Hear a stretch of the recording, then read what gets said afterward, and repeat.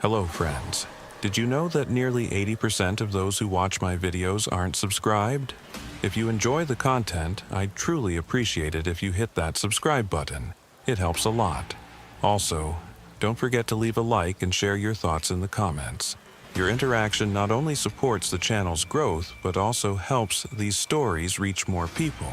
Thank you all for being here. By the way, where are you watching from? Let me know in the comments.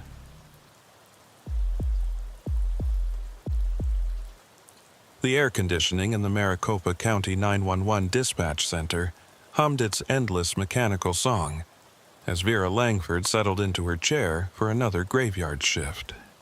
The digital clock on the wall read 11:47 p.m., and outside the reinforced windows, Phoenix sprawled beneath her like a grid of amber lights stretching toward the dark mountains. Vera had been answering emergency calls for nearly 16 years, and in that time she had developed an instinct for reading fear in a caller's voice. There was the sharp, clean panic of a traffic accident. The hot rage of a domestic dispute turned violent. The confused desperation of someone watching a loved one have a heart attack. But when the call came through at 12:23 a.m. on that October night, she heard something in the caller's voice that made the hair on the back of her neck stand up. The voice belonged to a man who sounded young, maybe late 20s or early 30s, speaking in a breathless whisper that carried an edge of genuine terror. He identified himself as Caleb Drummond and said he was calling from somewhere in the desert northwest of Phoenix, though he couldn't provide an exact location.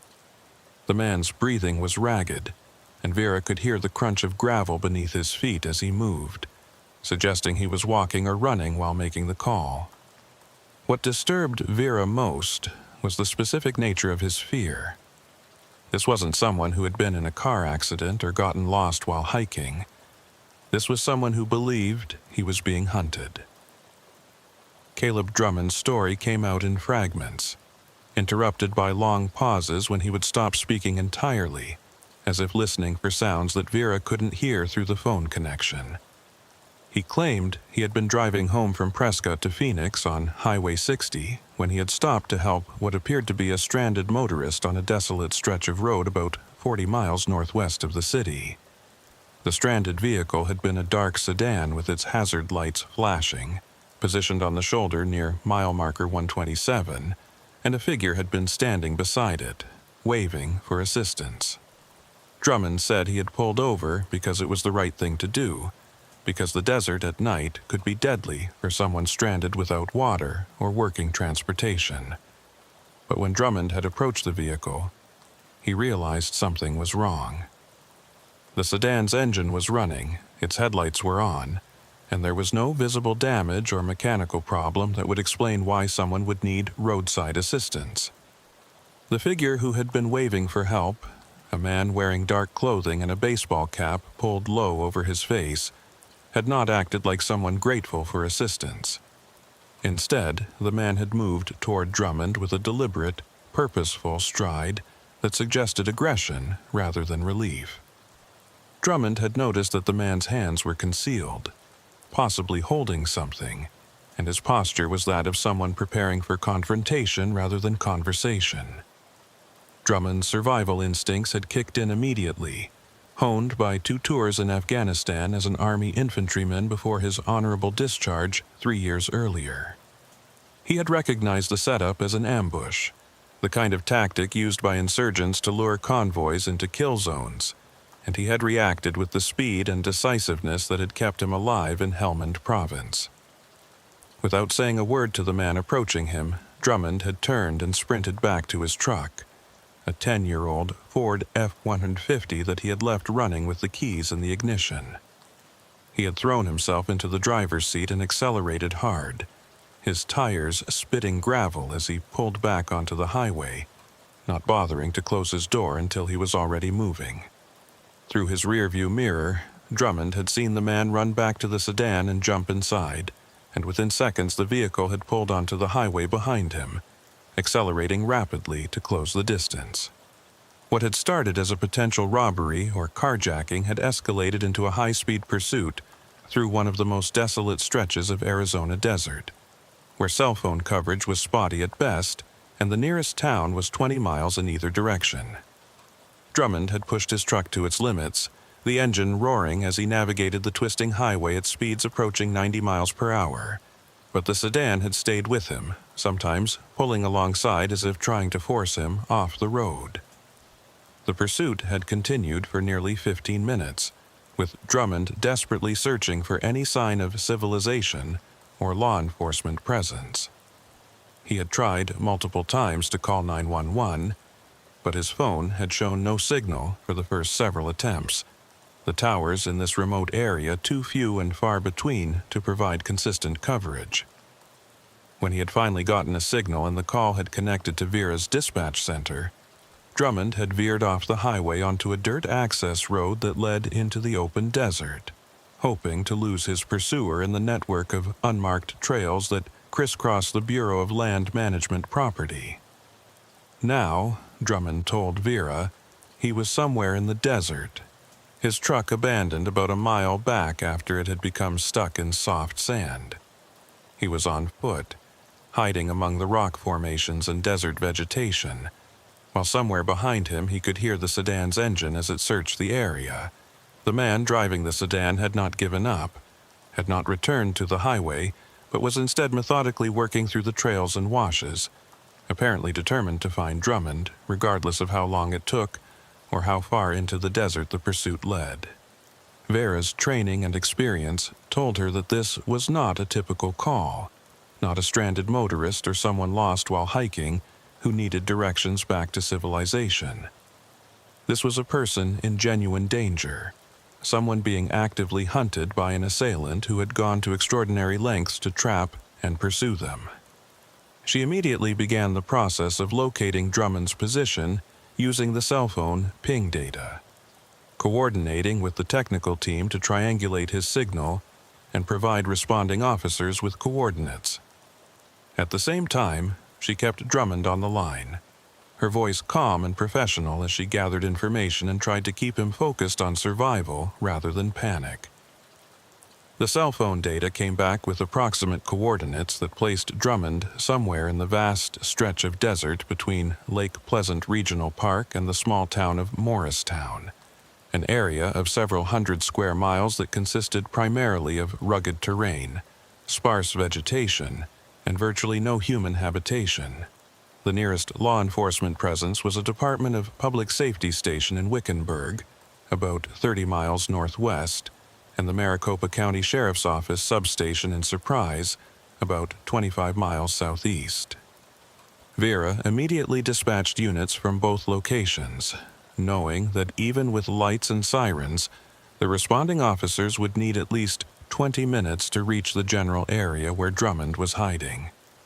Officer Darius Henshaw of the Maricopa County Sheriff's Office received the dispatch call while patrolling the northwestern suburbs of Phoenix, and he immediately acknowledged and began driving toward the coordinates Vera had provided. Henshaw was 34 years old and had been with the sheriff's office for 9 years, most of that time spent working the night shift in the remote areas where the Phoenix metropolitan area blurred into open desert. He was familiar with the terrain where Drummond was supposedly hiding, having responded to numerous calls in that area over the years, mostly involving off-road vehicle accidents, illegal dumping, or migrants who had gotten separated from their groups while crossing the border. As Henshaw drove northwest on Highway 60, his patrol vehicle's engine straining as he maintained speeds well above the posted limit, he maintained radio contact with Vera, who was still on the phone with Drummond. The situation was evolving rapidly, with Drummond reporting that he could hear the sedan getting closer, its engine echoing off the rock formations as it worked through the maze of trails. Drummond had found a defensive position among a cluster of large boulders, where he had a clear view of the approaches and could potentially defend himself if the confrontation became physical. He had told Vera that he was unarmed, having left his pistol in his truck when he abandoned it, but he had found a heavy rock that he could use as a weapon if necessary. Vera could hear the stress in Drummond's voice escalating as the sounds of the pursuing vehicle grew louder and more distinct. He described seeing headlights sweeping across the desert about 200 yards from his position, methodically searching the area with the patience and thoroughness of someone who knew their quarry was nearby and had nowhere to go. The driver was not rushing, was not acting impulsively, but was instead conducting a systematic search that suggested military or law enforcement training. Someone who understood how to track and corner prey in open terrain. Henshaw was still 15 minutes out when Drummond's situation deteriorated further. The sedan had apparently found Drummond's abandoned truck and had stopped beside it, the driver getting out to examine the vehicle. Drummond watched from his hiding place as the figure, still too far away to identify clearly in the darkness, spent several minutes searching through the truck's cab, apparently looking for identification or clues about who had been driving it. The figure then did something that chilled both Drummond and Vera when he described it over the phone. The man pulled out a flashlight and began walking in a slow circle around the abandoned truck, studying the ground carefully, apparently tracking Drummond's footprints in the soft desert sand. The realization that his pursuer was tracking him on foot, following his trail like a hunter following wounded game, pushed Drummond past controlled fear into something approaching panic. His voice became higher and tighter as he whispered into the phone, describing how the flashlight beam was getting closer, methodically following the path he had taken from his truck to his current hiding place. Vera tried to keep him calm, assuring him that help was on the way, that Officer Henshaw would reach his location within minutes. But she could hear the terror in Drummond's breathing as the flashlight beam swept closer and closer to the rocks where he was concealed. Henshaw pushed his patrol vehicle harder, the suspension straining as he left the paved highway and began navigating the network of dirt roads that led into the desert. His GPS showed Drummond's last known position as approximately 3 miles ahead, but the terrain was rough and the roads were unmarked, forcing him to slow down to avoid becoming stuck or damaging his vehicle in a way that would leave him unable to respond effectively. He called out his position over the radio every few minutes, providing updates to dispatch and requesting additional units as backup, knowing that he might be walking into a dangerous situation where he would be outnumbered or outgunned. Back in the dispatch center, Vera continued talking to Drummond, her voice the only connection he had to safety and civilization as he crouched among the rocks, watching the flashlight beam sweep closer. She had pulled up maps of the area on her computer screens, trying to identify landmarks or features that might help Henshaw locate Drummond more quickly once he reached the general area. She had also contacted the Department of Public Safety helicopter unit based in Phoenix, requesting aerial support, but was told that the helicopter was currently committed to a pursuit on the east side of the valley and would not be available for at least 45 minutes. The critical moment came when Drummond suddenly stopped responding to Vera's questions, his voice cutting off mid-sentence. She could still hear the connection was active, could hear the sound of breathing and the faint scrape of fabric against rock. But Drummond had gone completely silent. Several long seconds passed, seconds that felt like hours, as Vera stared at her computer screen and willed Henshaw to drive faster, to somehow cover the remaining distance in impossible time. Then she heard something through the phone connection that made her blood run cold.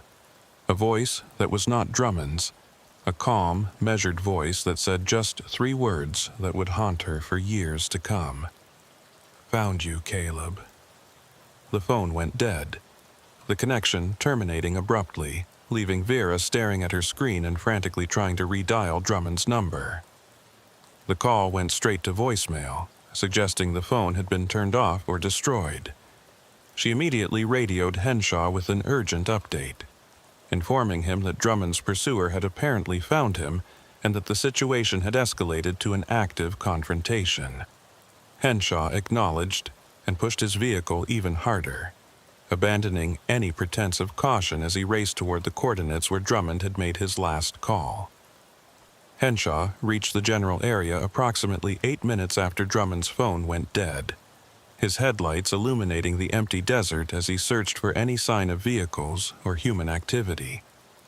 He followed the rough trail for about a mile until his lights picked up the shape of a dark sedan parked near a cluster of large boulders, its engine running and driver's door standing open.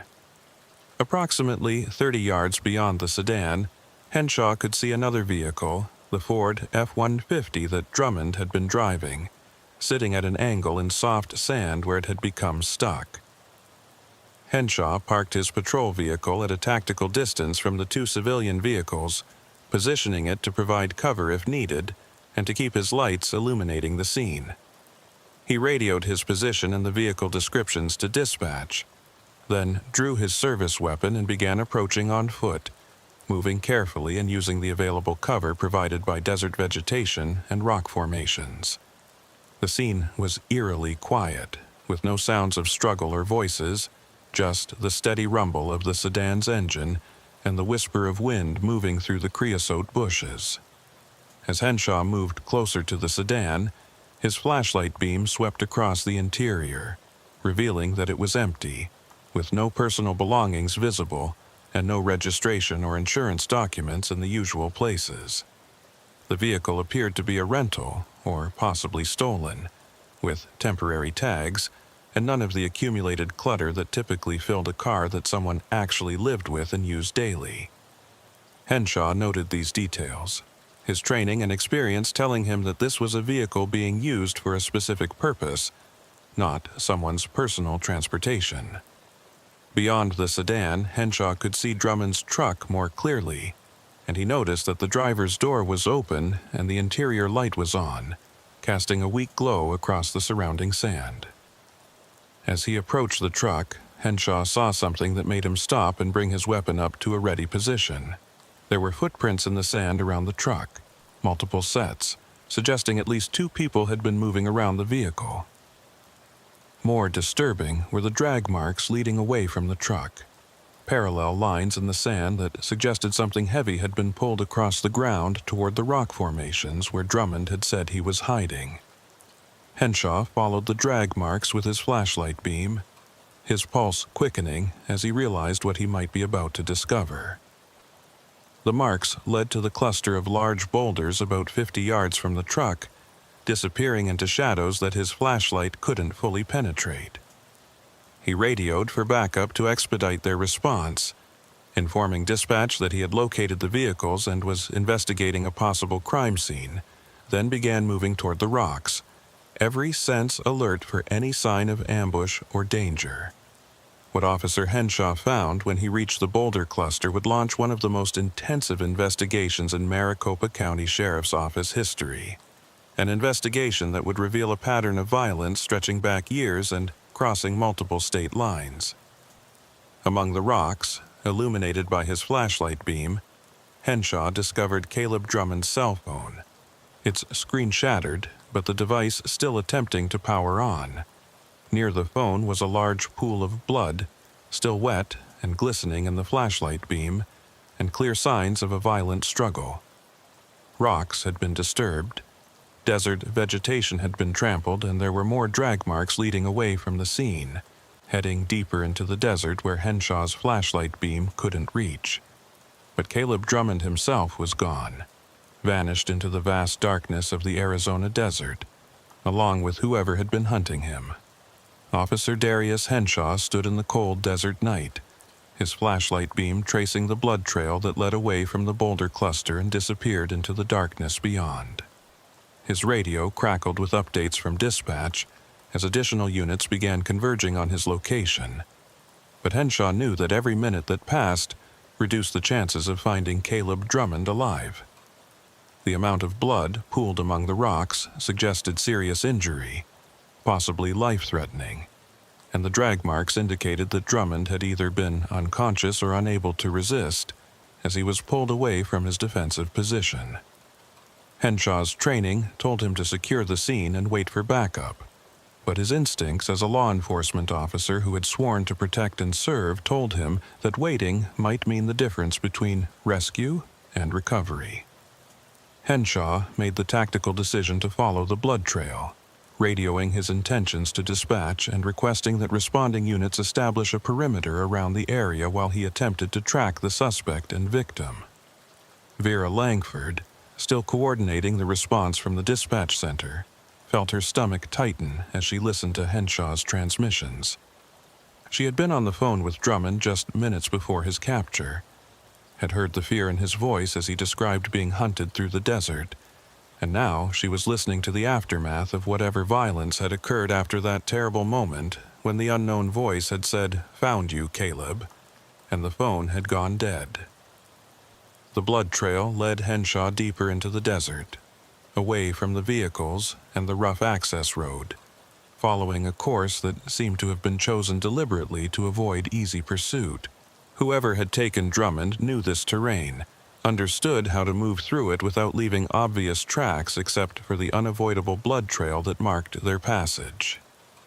Henshaw followed carefully, his weapon drawn and his senses alert for any sign of ambush, knowing that he might be walking into a trap set by someone who had already demonstrated sophisticated tactical thinking and a willingness to use extreme violence. After following the trail for approximately 300 yards, Henshaw discovered something that made the situation even more disturbing. The blood trail led to a second vehicle, a white panel van that had been parked in a wash about a quarter mile from where the sedan and Drummond's truck sat. The van was older, probably from the mid-2000s, with no windows in the cargo area and Arizona plates that Henshaw immediately called in for registration check. The rear doors of the van stood open, and Henshaw's flashlight revealed a cargo area that had been modified with restraints, soundproofing material, and other equipment that suggested this vehicle had been specifically prepared for kidnapping and transporting victims. Henshaw felt a chill that had nothing to do with the desert night air as he examined the van's interior. This was not a spontaneous crime, not a carjacking or robbery gone wrong. This was a planned abduction carried out by someone who had invested significant time and resources into preparing for it. The sedan that had initially pursued Drummond had been a lure, a way to force him off the highway and into the desert where the real capture could take place, away from witnesses and surveillance. The white van was the transport vehicle, positioned in advance at a location where it could be loaded quickly and driven away on routes that would avoid main roads and traffic cameras. The registration check came back showing that the van was registered to a rental company in Tucson, about 2 hours south of Phoenix. Dispatch contacted the rental company's emergency line and learned that the van had been rented 3 days earlier by a man using identification and a credit card that the rental agent had verified at the time, but now appeared to be fraudulent. The rental agreement showed an address in Mesa that turned out to be a vacant lot, and the phone number provided went to a disconnected line. Whoever had rented the van had used a sophisticated false identity, complete with apparently valid documents that would pass casual inspection. But the van was empty, its engine cold, suggesting that it had been sitting in this location for some time. Henshaw expanded his search pattern, looking for any sign of where the suspect might have taken Drummond after reaching the van. He found tire tracks leading out of the wash and onto a rough trail that headed northwest, deeper into the Bureau of Land Management territory where dozens of unmarked tracks crisscrossed the landscape. The suspect had taken Drummond in a different vehicle, leaving both the sedan and the van behind, presumably because he knew they could be traced and wanted to switch to a clean vehicle before continuing to whatever destination he had planned. Additional sheriff's office units began arriving at the scene, along with a Department of Public Safety helicopter that had finally become available after completing its previous assignment. The helicopter's thermal imaging equipment was deployed to search the surrounding desert for any sign of Drummond or his abductor, while ground units began processing the 3 abandoned vehicles for evidence. Crime scene technicians documented the blood evidence, collected samples for DNA analysis, and began the meticulous process of searching for fingerprints, trace evidence, and any clue that might identify the person responsible for Drummond's abduction. Back at the dispatch center, Vera Langford had been relieved from her position on the radio by a supervisor, but she remained at her console, unable to leave while the search for Caleb Drummond continued. She had replayed the recorded 911 call multiple times, listening for any background sounds or details that might provide clues about the abductor's identity or intentions. The voice that had said, "Found you, Caleb," haunted her. Its calm, almost professional tone suggesting someone who was comfortable with violence and completely in control of the situation. Detective Sarah Kovacs of the Maricopa County Sheriff's Office arrived at the scene just after 3 o'clock a.m., having been called in from home to lead the investigation. Kovacs was a 15-year veteran of the Sheriff's Office with extensive experience in violent crimes and missing persons cases, and she immediately recognized that this case had characteristics that set it apart from typical abductions. The level of planning, the use of multiple vehicles, the careful selection of a remote location, and the apparent tracking skills demonstrated by the abductor all suggested someone with specialized training and experience, possibly military or law enforcement background. Kovacs established a command post near the vehicle cluster and began coordinating the various elements of the investigation. She had Officer Henshaw walk her through his response and the evidence he had discovered, taking detailed notes and asking questions that helped her develop an initial profile of the suspect. The use of the sedan as a lure vehicle, the positioning of the van as a secondary transport, and the apparent escape in a third vehicle that all indicated sophisticated operational planning that went beyond what typical criminals employed. This was someone who thought strategically, who anticipated law enforcement response, and who had prepared multiple contingencies to avoid capture. The helicopter's thermal imaging sweep of the surrounding desert proved fruitless, showing no heat signatures that might indicate a person or vehicle in the immediate area. The suspect had apparently moved quickly after loading Drummond into whatever vehicle he had used for the final stage of the abduction, getting far enough away that the helicopter's sensors could not detect him within the search parameters. Kovacs expanded the search area and requested additional helicopters and search teams, but she knew that with every passing hour, the suspect could be getting farther away, potentially crossing into another county or even another state. As dawn began to break over the desert, painting the rock formations in shades of orange and pink, crime scene technicians made several discoveries that would prove crucial to the investigation. Inside the white van, hidden beneath the soundproofing material, they found a small notebook containing handwritten notes and observations. The notebook appeared to be a surveillance log, documenting Caleb Drummond's movements and routines over a period of several weeks. The entries showed that someone had been watching Drummond's home in Phoenix, had followed him to work, and had noted his habits, including his weekly trips to visit friends in Prescott. The level of detail in the surveillance log was chilling, showing that the abductor had invested significant time in learning everything about Drummond's life. The notebook included notes about what time Drummond typically left for work, what route he took, where he stopped for coffee, and even personal details about his relationships and daily activities. Most disturbing were several entries that discussed potential locations for acquisition, with the remote stretch of Highway 60 ultimately selected as the optimal site based on factors including low traffic volume, limited cell phone coverage, and easy access to the desert where a pursuit could be conducted away from witnesses. Detective Kovacs photographed every page of the notebook and immediately began working to understand why Caleb Drummond had been targeted for what appeared to be a carefully planned abduction. She contacted Drummond's emergency contacts, provided by Vera, from the information he had given during the 911 call, and learned that he was a 29-year-old military veteran who worked as the equipment operator for a construction company. He lived alone in a modest apartment in Phoenix, had no known enemies, and according to friends and co-workers was a quiet, responsible person who kept mostly to himself since returning from military service.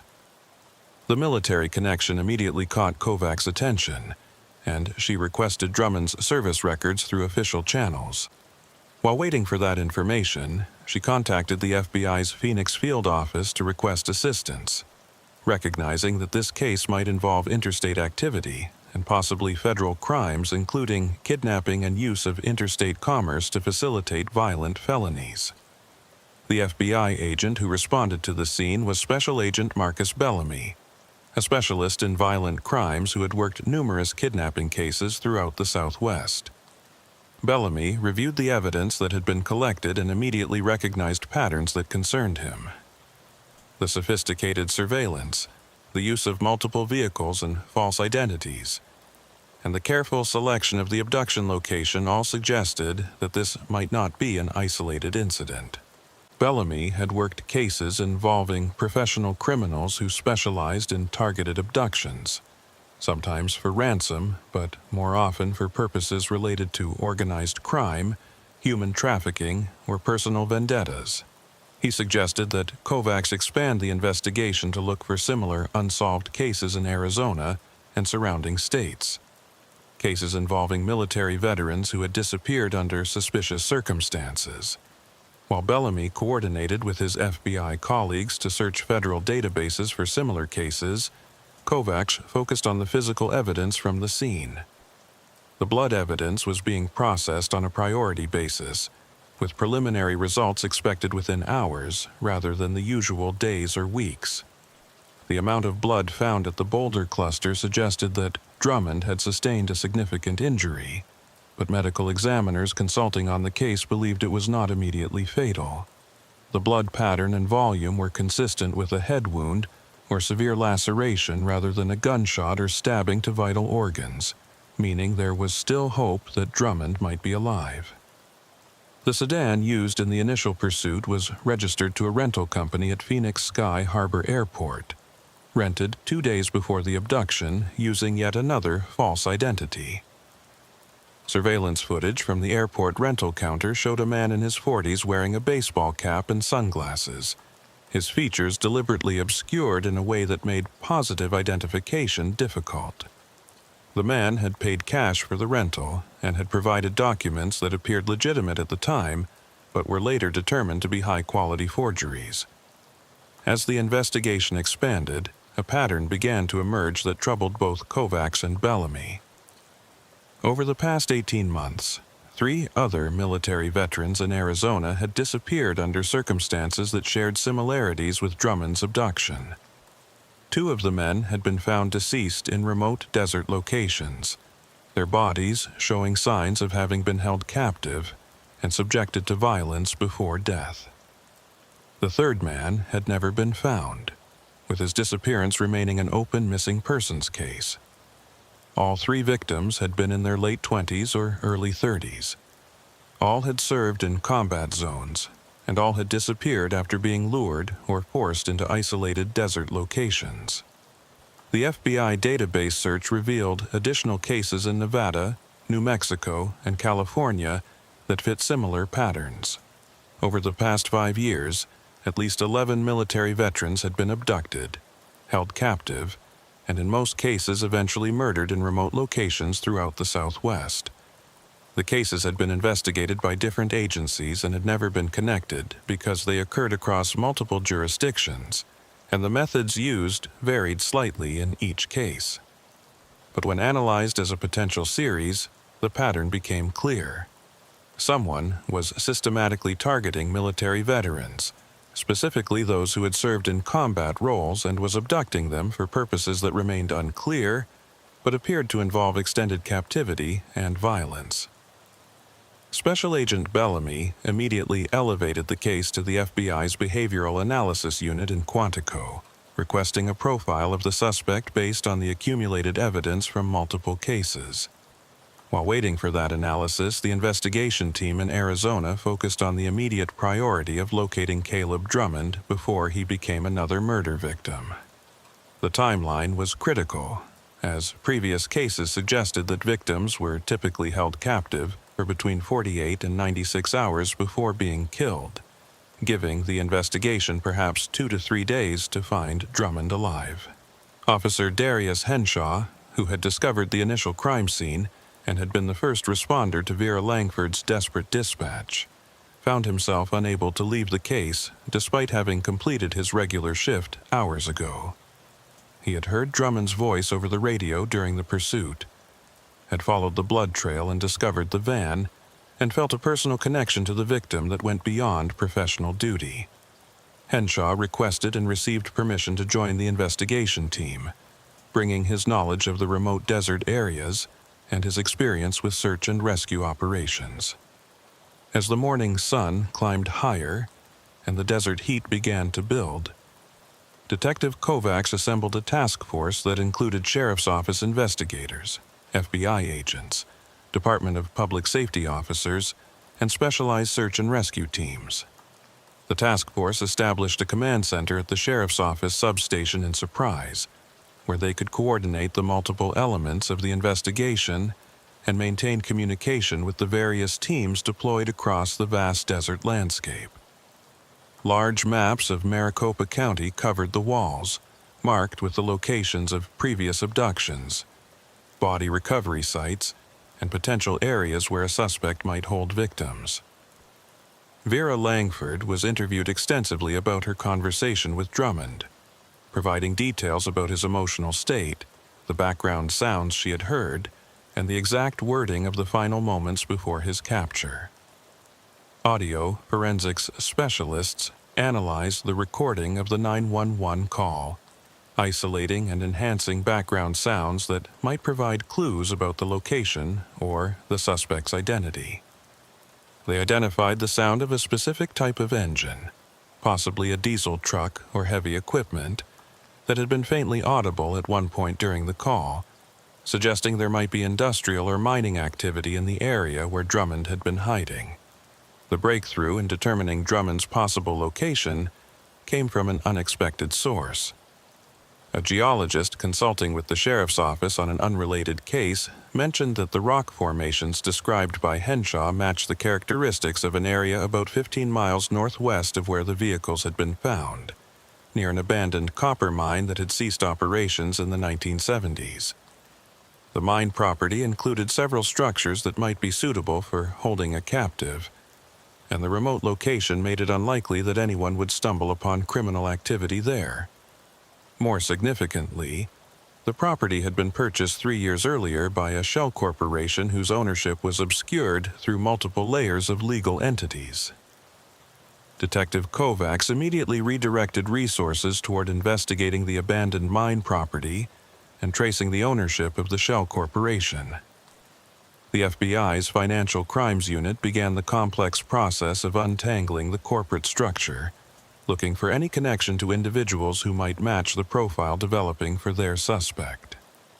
Meanwhile, the sheriff's office deployed surveillance teams to observe the mine property from a distance, looking for any sign of activity or vehicles that might indicate the location was being used for the kidnappings. The surveillance teams reported that the mine property appeared abandoned, with no visible activity and no vehicles present. However, aerial reconnaissance revealed that one of the old mining buildings had a roof in surprisingly good condition compared to the other deteriorating structures, and thermal imaging suggested there might be heat sources inside the building despite its apparently abandoned state. This discrepancy was enough to convince Kovacs and Bellamy that the location warranted further investigation, but they needed to approach carefully to avoid alerting the suspect if he was indeed using the property to hold Drummond captive. As the task force prepared to move on the mine property, now approximately 16 hours after Drummond's initial 911 call to Vera Langford, the investigation received information that would dramatically change their understanding of the case and reveal the true horror of what had been happening in the Arizona desert for years. The FBI's financial investigation into the shell corporation that owned the abandoned mine property traced through 3 layers of limited liability companies before connecting to a name that made Special Agent Bellamy's blood run cold. The ultimate beneficial owner was a man named Gerald Voss, a former Army interrogator who had been dishonorably discharged 8 years earlier following allegations of unauthorized interrogation techniques used on detainees in Iraq. Voss had been court-martialed for conduct unbecoming an officer and for violations of the Uniform Code of Military Justice related to prisoner abuse, but the details of his case had been sealed due to national security concerns. After his discharge, Voss had disappeared from public records, using various aliases and shell corporations to obscure his activities and location. Detective Kovacs immediately pulled Voss's military service record and discovered a disturbing history that helped explain the pattern of veteran abductions. Voss had served as an intelligence officer specializing in interrogation and psychological operations, working primarily in Iraq during the surge years when interrogation techniques were a subject of intense controversy and oversight. According to his service record, Voss had been exceptionally skilled at his work, extracting valuable intelligence from high-value targets through methods that pushed the boundaries of what was legally and ethically acceptable. But colleagues who had worked with him reported concerns about his psychological state, noting that he seemed to derive satisfaction from the power he held over detainees and showed concerning signs of sadism masked as professional dedication. The allegations that led to Voss's court-martial involved an incident where he had allegedly held a detainee beyond authorized timeframes and had used interrogation methods that exceeded approved parameters, resulting in severe psychological trauma to the detainee. During the investigation, military psychologists who evaluated Voss concluded that he exhibited traits consistent with antisocial personality disorder and sadistic personality features, finding satisfaction in the suffering of others and viewing human beings as objects to be manipulated rather than individuals deserving of dignity and rights. The recommendation had been for Voss to receive psychiatric treatment and to be barred from any position involving authority over vulnerable individuals, but after his discharge he had simply vanished into civilian life where no one monitored his activities or ensured he received treatment. Special Agent Bellamy contacted the FBI's Behavioral Analysis Unit and shared Voss's background with the profilers who had been working on the series of veteran abductions.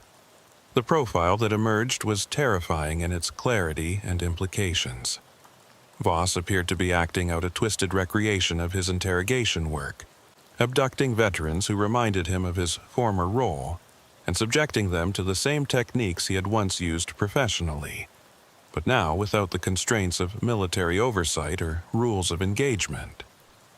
The profilers believed that Voss viewed himself as still conducting military operations, selecting targets based on their combat experience, and treating the abductions as a form of continued service, twisted through the lens of his psychological pathology. The timeline became even more urgent when the BAU profile suggested that Voss's pattern involved escalating violence over the period he held his victims.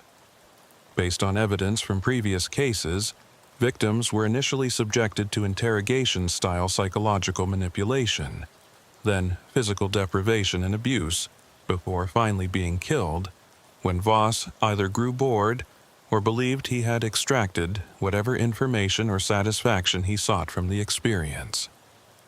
The typical captivity period ranged from 48 to 96 hours, meaning that Caleb Drummond, now approximately 18 hours into his captivity, potentially had between 30 and 78 hours before Voss would kill him.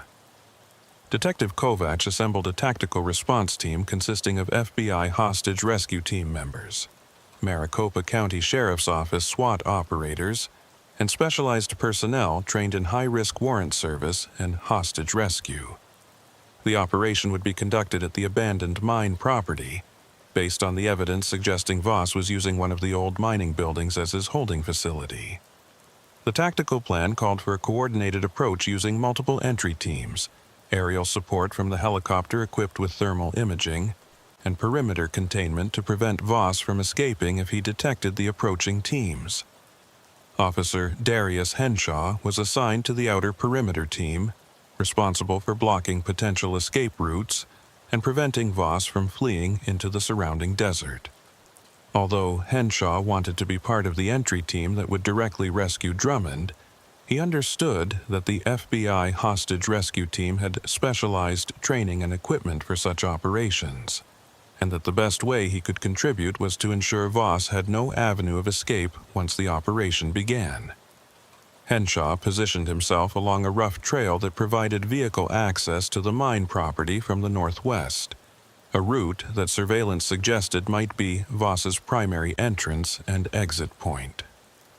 As the tactical teams staged several miles from the target location, conducting final equipment checks and reviewing the operational plan, Vera Langford sat in the dispatch center watching the operation unfold on computer screens linked to the command post.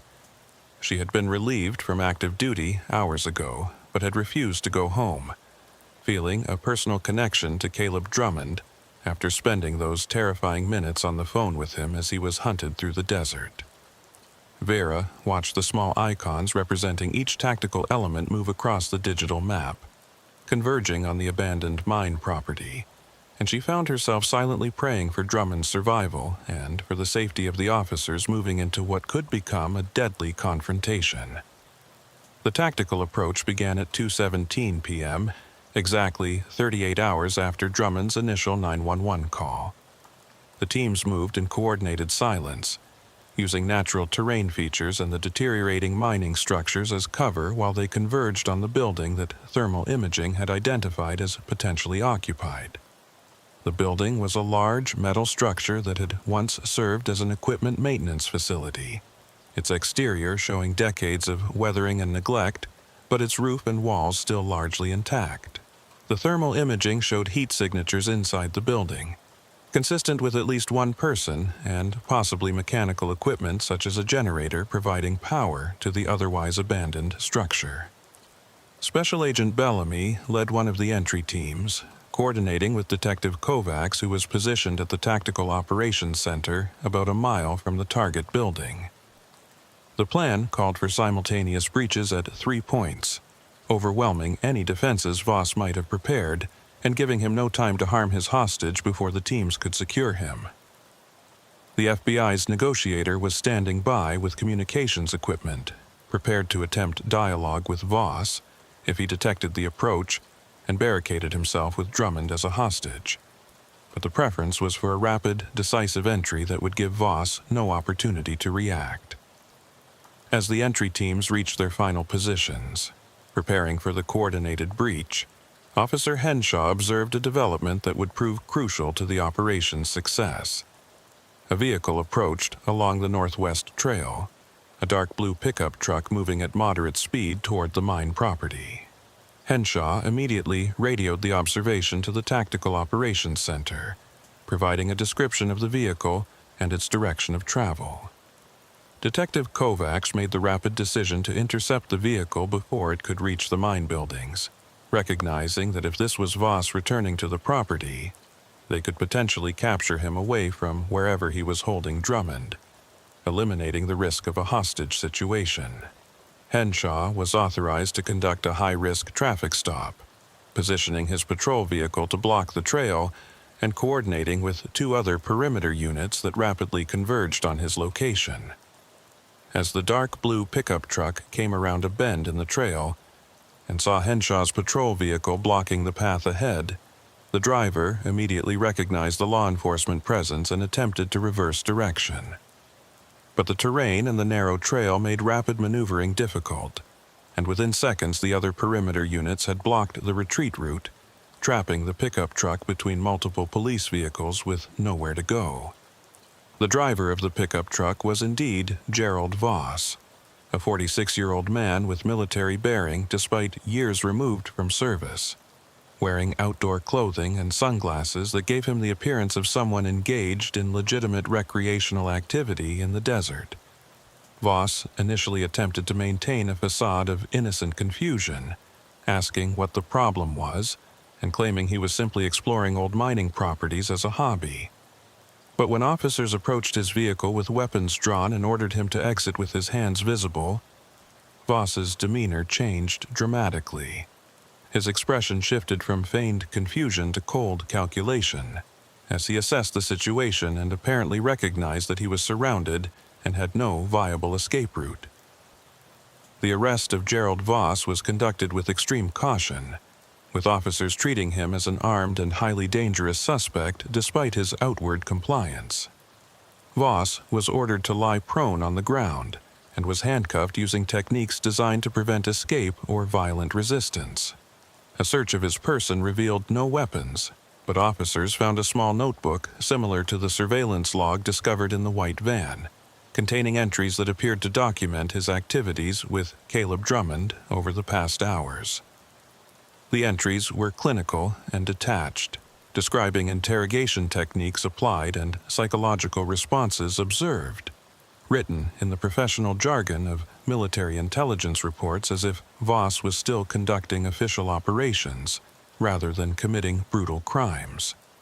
With Voss in custody and unable to warn any potential accomplices or trigger any contingency plans he might have prepared, Detective Kovacs authorized the entry teams to breach the metal building at the mine property. The 3 teams moved simultaneously, using explosive breaching charges to blow open locked doors and create multiple entry points. The coordinated breach was executed with precision, with FBI hostage rescue team members flooding into the building from 3 directions, their weapons and flashlights sweeping the interior as they searched for Drummond and cleared potential threats. What the entry teams found inside the metal building would provide crucial evidence for the prosecution of Gerald Voss, while simultaneously revealing the full horror of what he had been doing to his victims. The interior of the building had been extensively modified, transformed from an abandoned equipment maintenance facility into what could only be described as a torture chamber disguised as a military interrogation facility. One section of the building contained a makeshift cell with reinforced walls and a heavy door designed to hold captives securely while preventing their screams from being heard outside. Another section had been set up as an interrogation room, complete with a metal chair bolted to the floor, bright lights positioned to disorient and exhaust subjects, and audio equipment for recording sessions. The entry team found Caleb Drummond in the cell, alive but in severe distress. He had been restrained with military-style zip ties, had sustained injuries consistent with physical assault, and showed signs of sleep deprivation and psychological trauma. Medical personnel who rushed into the building immediately after it was secured determined that Drummond's injuries, while serious, were not life-threatening.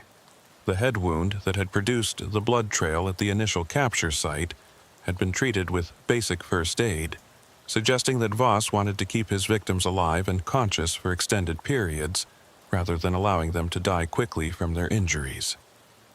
Drummond was carefully extracted from the building and transported by helicopter to a trauma center in Phoenix, where he would receive comprehensive medical treatment and begin the long process of psychological recovery. Before being sedated for transport, Drummond managed to communicate with Officer Henshaw, who had arrived at the building shortly after the successful breach. Drummond recognized Henshaw's voice from the radio traffic during the rescue operation and specifically asked to thank the dispatcher who had stayed on the phone with him during his desperate flight through the desert. Henshaw promised to convey Drummond's gratitude to Vera Langford, whose calm professionalism and determination to help him had provided his only connection to hope during those terrifying minutes. The forensic processing of Voss's torture facility would take days and would ultimately provide evidence linking him to at least 11 murders across 5 states. Investigators found meticulously organized files containing photographs, audio recordings, and written documentation of each victim's captivity and the interrogation techniques Voss had employed. The files were organized with military precision. Each victim assigned a case number and dossier that included background information Voss had gathered during his surveillance phase, notes on interrogation sessions, and his clinical observations about each victim's psychological breaking point. The level of documentation suggested that Voss viewed himself as conducting legitimate research or operations, maintaining records with the same attention to detail he would have applied to authorized military intelligence work. Most disturbing were the audio recordings, which captured Voss's voice conducting interrogations that served no purpose except to satisfy his sadistic desires. The recording showed that Voss would question his victims about their military service, their combat experiences, and their psychological vulnerabilities, then would use that information to construct scenarios designed to maximize their fear and helplessness. He would sometimes pretend to be conducting official military business, claiming that his victims were being detained as part of legitimate national security operations, using his knowledge of military procedures to make the deception more believable and to exploit his victims' training to obey orders and cooperate with superior officers. Detective Kovacs and Special Agent Bellamy conducted the initial interrogation of Gerald Voss at the FBI's Phoenix field office, with Voss having been advised of his rights and provided with legal counsel. Voss initially refused to speak without his attorney present, but his attorney, after reviewing the overwhelming evidence that had been collected, advised him that cooperation might be his only opportunity to avoid the death penalty that federal prosecutors were certain to seek.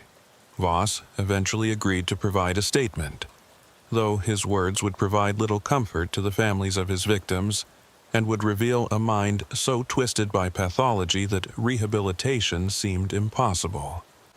In his statement, Voss claimed that he had been conducting important psychological research that would benefit military interrogation training and national security.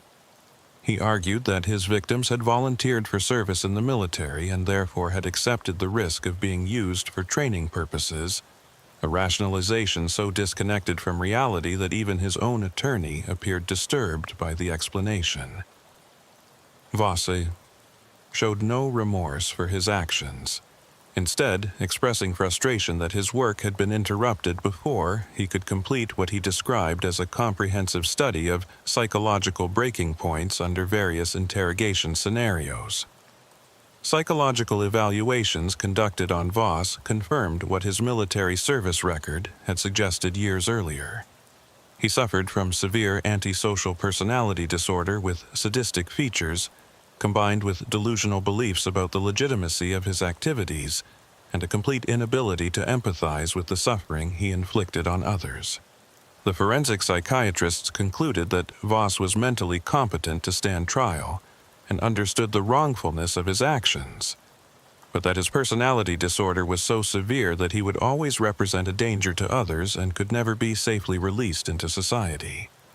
The federal prosecution of Gerald Voss moved forward with exceptional speed, given the overwhelming evidence and his own documented confessions in the files found at his torture facility. He was charged with 11 counts of kidnapping resulting in death, 1 count of kidnapping in the case of Caleb Drummond, who had survived, multiple counts of interstate stalking, and various weapons and fraud charges related to the false identities and illegal equipment he had used in his crimes. Federal prosecutors sought the death penalty, arguing that Voss's crimes were particularly heinous and depraved, involved extensive planning and premeditation, and demonstrated such complete disregard for human life that no other sentence would be appropriate. The trial lasted 3 weeks, with prosecutors presenting the evidence methodically and comprehensively, building an overwhelming case that left no doubt about Voss's guilt or the calculated nature of his crimes. Caleb Drummond testified about his abduction and captivity, describing the hours of psychological torture he had endured and the certainty he had felt that he would become another of Voss's murder victims. Drummond's testimony was powerful and emotional, providing the jury with a direct window into the experience of being Voss's captive and the lasting trauma that would affect him for the rest of his life. Officer Darius Henshaw and Vera Langford both testified about their roles in the investigation, with the prosecution using their testimony to establish the timeline of events and to demonstrate the immediate law enforcement response that had ultimately saved Drummond's life. The recording of Vera's 911 call with Drummond was played for the jury, and several jurors were visibly moved by the fear in Drummond's voice and the professional calm that Vera maintained while trying to help him. The moment when the unknown voice said, "Found you, Caleb," and the phone went dead was particularly impactful, providing the jury with an audio document of the exact instant when Drummond passed from freedom into captivity. The defense attempted to argue that Voss's mental illness diminished his culpability and that he deserved treatment rather than execution, but the prosecution's psychiatric experts testified that, while Voss certainly suffered from severe personality disorder, he was not insane in the legal sense and had demonstrated clear understanding of right and wrong through his elaborate efforts to avoid detection. The jury deliberated for less than 6 hours before returning guilty verdicts on all counts, and after a brief penalty phase hearing, they recommended the death penalty. The judge sentenced Gerald Voss to death by lethal injection, along with multiple life sentences without possibility of parole on the kidnapping and related charges. In his sentencing remarks, the judge noted that Voss's crimes represented a profound betrayal of the military values of honor and service, and that his deliberate targeting of veterans who had served their country with distinction was an aggravating factor that justified the maximum penalty. Voss was transferred to federal death row at the United States Penitentiary in Terre Haute, Indiana, where he would spend years exhausting his appeals before ultimately facing execution. For Caleb Drummond, the end of the trial marked the beginning of a different kind of struggle. The long process of recovering from psychological trauma and rebuilding a life that had been shattered by his encounter with Gerald Voss.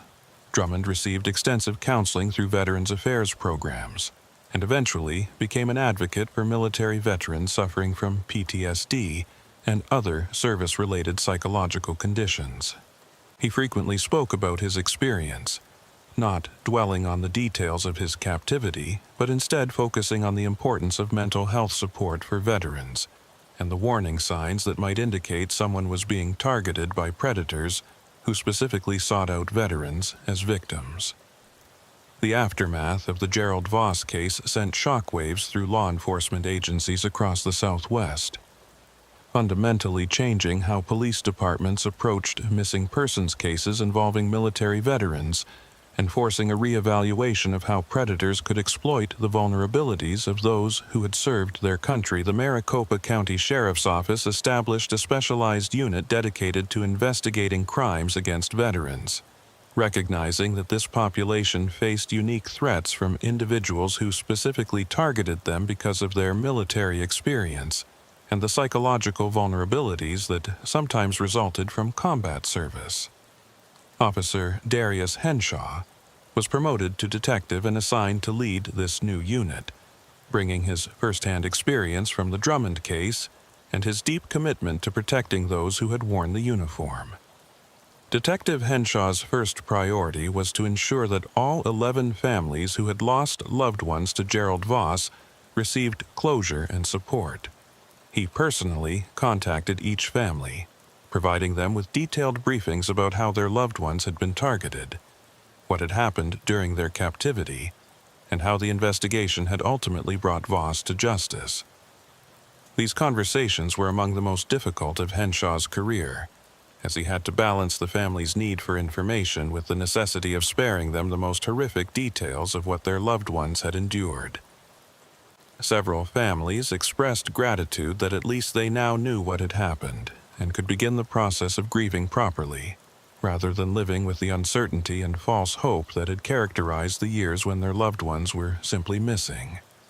Vera Langford continued working as a 911 dispatcher, but the Drummond case had marked her in ways that would influence the rest of her career.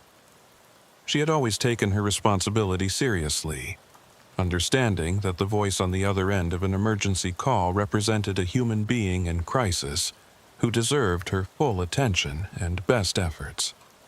But after spending those terrifying minutes on the phone with Caleb Drummond, listening to him describe being hunted through the desert and then hearing the moment of his capture, Vera approached every call with renewed intensity and a deeper understanding of how critical her role could be in determining whether someone lived or died. She became an instructor at the regional 911 training academy, using the Drummond case as a teaching example of how proper call handling, accurate information gathering, and coordination with responding officers could make the difference between tragedy and survival.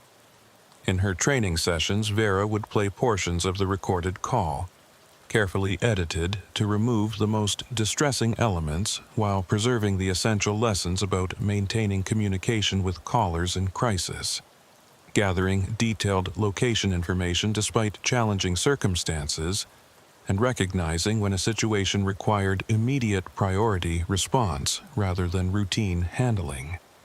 She emphasized that Drummond had survived, in part because she had taken his report seriously from the first moment, had coordinated effectively with Officer Henshaw, and had maintained her professional composure even when the situation seemed hopeless. The recording of that terrible moment, when the unknown voice Ostun said, "Found you, Caleb," became a powerful tool for teaching new dispatchers about the emotional resilience required for the job and the importance of continuing to work the case even when direct communication with the caller was lost. Caleb Drummond's recovery was long and difficult, involving months of intensive therapy to address the post-traumatic stress disorder that resulted from his captivity and the specific psychological techniques that Voss had employed to break down his mental defenses. The Veterans Affairs Hospital in Phoenix provided comprehensive treatment, but Drummond struggled with nightmares, hypervigilance, and difficulty trusting others, all common symptoms among trauma survivors, but particularly severe in his case because his captor had been a former military officer who had perverted the trust and authority relationships that were fundamental to military culture. Drummond found it especially difficult to interact with anyone in positions of authority, as Voss had exploited his military training and instinct to obey orders during the interrogation sessions. What ultimately helped Drummond begin to heal was his decision to transform his trauma into advocacy. Working with veterans organizations and mental health professionals, Drummond developed educational programs designed to help other veterans recognize when they might be vulnerable to predators and to encourage them to seek help for psychological issues before those issues could be exploited. He spoke openly about his own struggles with readjusting to civilian life after military service, about the isolation many veterans felt, and about how that isolation had made him an attractive target for someone like Gerald Voss. Drummond's willingness to discuss his experience helped reduce the stigma many veterans felt about admitting vulnerability or seeking mental health treatment, potentially preventing other veterans from becoming victims of similar predators. Drummond maintained close relationships with both Vera Langford and Detective Henshaw, the two people whose actions had directly saved his life. He would occasionally visit the dispatch center where Vera worked, speaking to new dispatchers about the importance of their role and expressing gratitude that Vera had been the one who answered his call that desperate night in the desert. He told them that hearing Vera's calm, professional voice during those minutes when he was being hunted had provided him with a psychological anchor, a reminder that he was not completely alone and that help was coming even if it seemed impossibly far away. These visits were emotionally difficult for Vera, who struggled with her own trauma response from having been virtually present during Drummond's capture. But she found meaning in knowing that her work had genuinely mattered in the most literal sense possible. Detective Henshaw and Drummond developed a friendship that went beyond the professional relationship between investigator and victim. They would occasionally meet for coffee, conversations that ranged from discussing the challenges of dealing with trauma to sharing experiences from their respective military service. Henshaw had served 4 years in the Marine Corps before joining the sheriff's office, and he understood the unique perspective that military experience brought to civilian life. These conversations helped both men process their experiences with the Voss case, Drummond from the perspective of having survived it, and Henshaw from the perspective of having been responsible for the investigation that brought it to resolution. The broader law enforcement community drew numerous lessons from the Voss case, implementing changes that would affect how agencies throughout the country approached similar investigations. The FBI established a national database specifically tracking crimes against military veterans, recognizing that predators like Voss often operated across multiple jurisdictions, and that patterns might only become visible when cases were analyzed collectively rather than in isolation. This database helped investigators identify suspicious patterns earlier, potentially preventing additional victims by allowing law enforcement to recognize serial predators before they could claim multiple lives.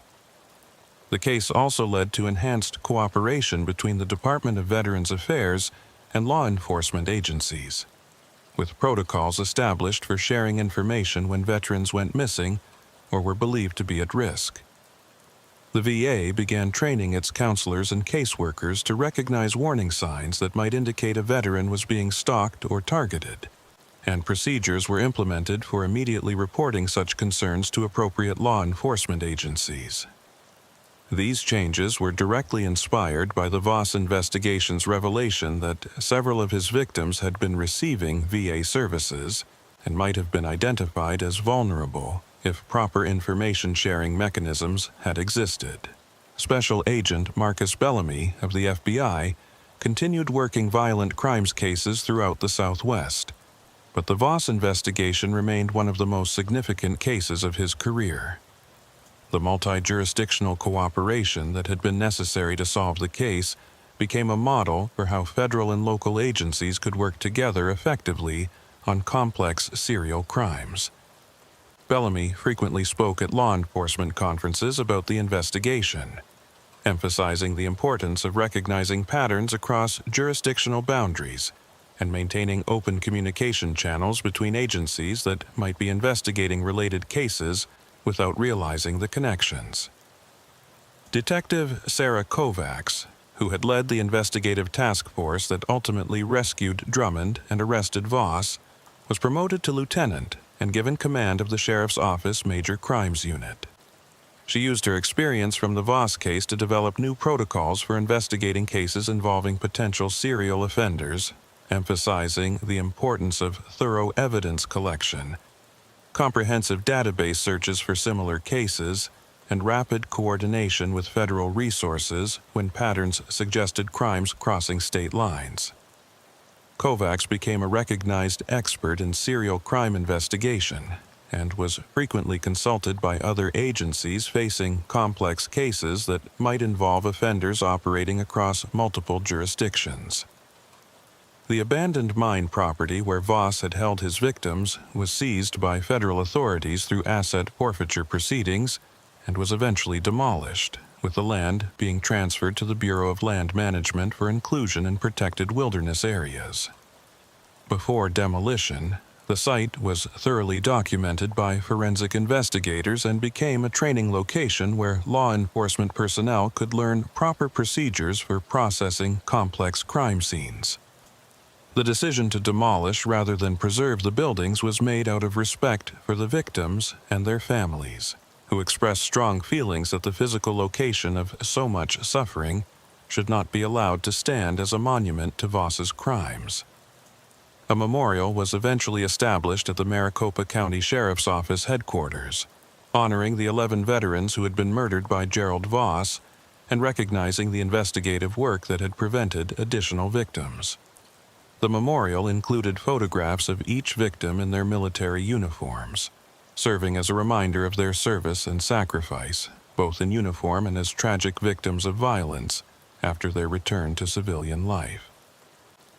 Caleb Drummond attended the memorial dedication, standing alongside the families of those who had not survived, united in their shared trauma and their determination that these crimes would not be forgotten. The legal proceedings against Gerald Voss continued for years through the appeals process, as his defense attorneys raised numerous challenges to his conviction and death sentence. These appeals focused on technical legal issues rather than disputing his guilt, which was established beyond any doubt by the overwhelming evidence. Voss himself showed no remorse or acknowledgement of wrongdoing, instead using his court appearances to make rambling statements about the importance of his research and his belief that he had been conducting legitimate military operations. These statements only reinforced the correctness of the jury's verdict and the appropriateness of the death sentence, as they demonstrated that Voss remained dangerous and delusional even after years of incarceration. The psychological impact of the case extended beyond the direct participants to affect the broader veteran community throughout Arizona and the Southwest. Many veterans reported increased anxiety about their personal safety and concerns about being targeted because of their military service. Veterans organizations work to address these fears while also using the Voss case as an opportunity to discuss the importance of maintaining social connections, seeking help for psychological issues, and being aware of potential threats. The case unfortunately confirmed what many veterans had already felt, that their service made them targets in certain circumstances, but it also demonstrated that law enforcement took crimes against veterans seriously and would dedicate significant resources to protecting them and bringing perpetrators to justice. For the civilian community, the Voss case provided disturbing insights into how predators could operate in plain sight, using false identities and carefully planned operations to commit horrific crimes while avoiding detection for years. The sophistication of Voss's operation, his use of multiple vehicles and locations, his creation of false identities, and his ability to conduct extensive surveillance without arousing suspicion, all demonstrated that modern criminals could employ tactics that made them difficult to detect and apprehend. This realization led to increased public awareness about personal security and the importance of reporting suspicious activity, even when that activity might seem innocent or explainable on its surface. The case also raised uncomfortable questions about how the military identified and managed service members who exhibited dangerous psychological traits. Voss's service record had included clear warnings about his sadistic tendencies and his inappropriate satisfaction from wielding power over vulnerable individuals. Yet, he had been allowed to continue working in positions where he had authority over detainees until the allegations became so serious that a court-martial was unavoidable. After his discharge, there had been no system for tracking him or ensuring he received treatment, allowing him to simply disappear into civilian life where his dangerous traits could manifest without any oversight or intervention. These failures led to reforms in how the military handled discharges related to psychological issues and improved information sharing with civilian law enforcement when discharged service members posed potential threats to public safety. 10 years after the night when Caleb Drummond made his desperate 911 call from the Arizona desert, the case remained a powerful example of how effective law enforcement response could save lives and bring dangerous criminals to justice.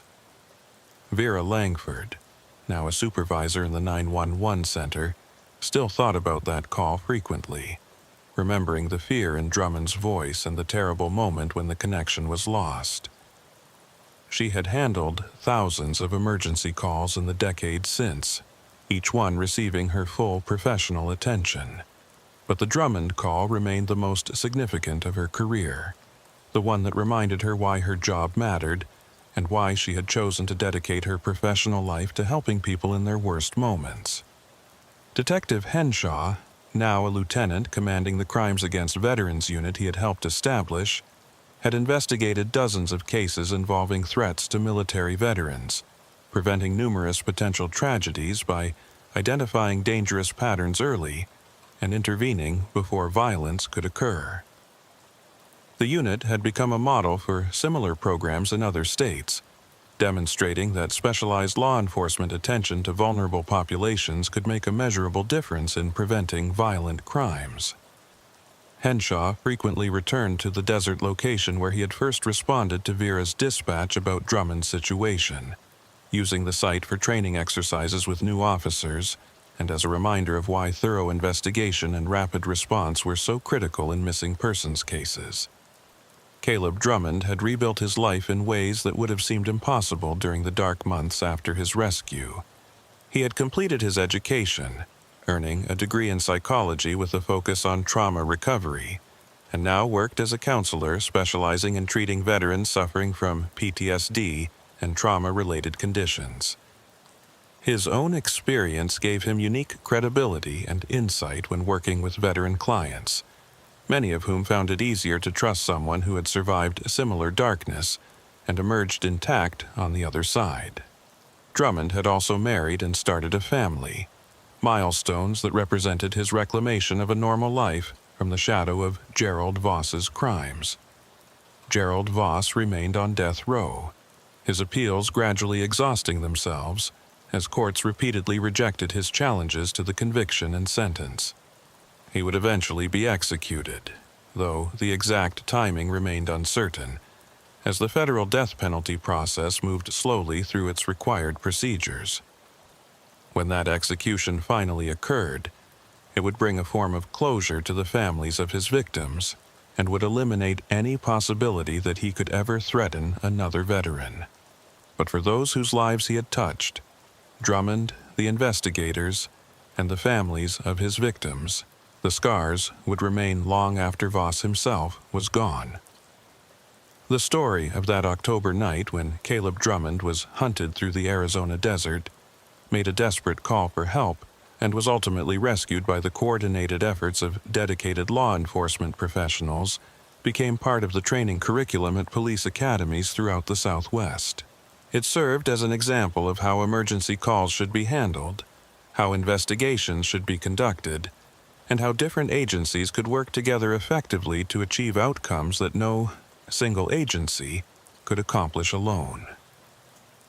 The case demonstrated that behind every 911 call was a human being deserving of help, that persistence and professionalism in investigation could overcome even sophisticated criminal operations, and that law enforcement officers who took their oath to protect and serve seriously could make life or death differences in the lives of those they served.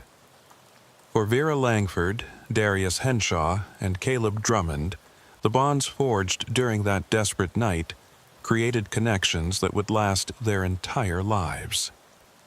They had been brought together by violence and crisis, but they had emerged from that darkness with a shared understanding of what it meant to face evil and prevail through courage, dedication, and the fundamental human capacity to help others in their most desperate moments. Their story was ultimately not about the horrors that Gerald Voss had inflicted, but about the triumph of those who had stopped him, saved a life, and ensured that justice was done.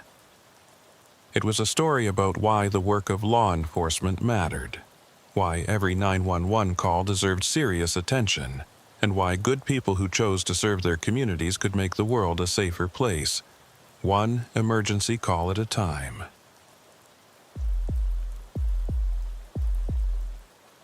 The November rain fell steadily across Holmes County, Ohio, turning the unpaved rural roads into ribbons of mud that wound through farmland where Amish buggies still shared the roadways with pickup trucks and agricultural equipment.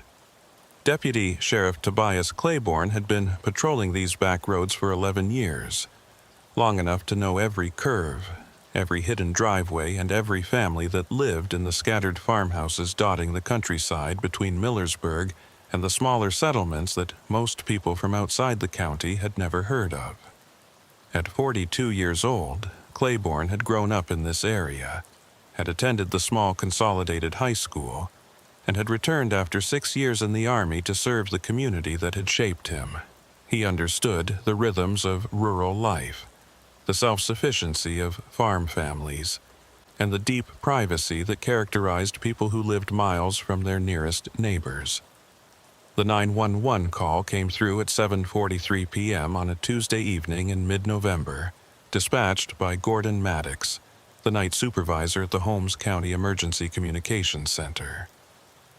Maddox had been working dispatch for the county for 19 years, and his voice carried the calm authority of someone who had handled thousands of emergency calls and could distinguish between genuine crisis and routine problems that simply felt urgent to the caller. But there was something in Maddox's tone as he relayed the call details that made Claiborne pay closer attention than usual, a note of concern that suggested this was not a typical complaint about barking dogs or a minor traffic accident on a rural highway. The caller was a woman named Eunice Perrin, age 67, who lived alone on a 50-acre property on Township Road 362, about 8 miles northeast of Millersburg, in an area where farms were separated by wooded lots and the nearest neighbor might be half a mile away. Maddox explained that Perrin had called to report hearing sounds coming from inside her house, specifically from the basement, sounds that she insisted could not be explained by normal settling, animals, or plumbing issues. She had been adamant that someone was in her basement, moving around, and possibly trying to access the main floor of her house. Maddox had tried to determine if Perrin had actually seen anyone, or if doors or windows showed signs of forced entry, but she had been unable to confirm visual contact with an intruder, only that she could hear distinct sounds of movement below her.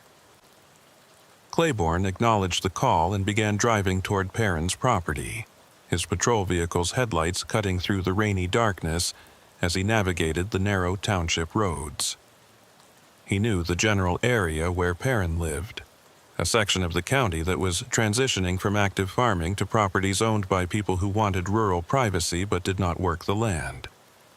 Many of these properties had been in families for generations, but were now being sold off as older residents died or moved to assisted living facilities, with the land being purchased by newcomers attracted to Holmes County's reputation for safety, natural beauty, and distance from urban problems. Claiborne had responded to calls at several of these properties over the years, usually involving residents who were not accustomed to rural living, and became alarmed by sounds that longtime country dwellers would recognize as normal. As Claiborne drove, he radioed Maddox for additional information about Eunice Perrin and her property. Maddox consulted the county's computer-aided dispatch system and reported that Perrin had lived at the Township Road 362 address for approximately 4 years, having purchased the property in 2019.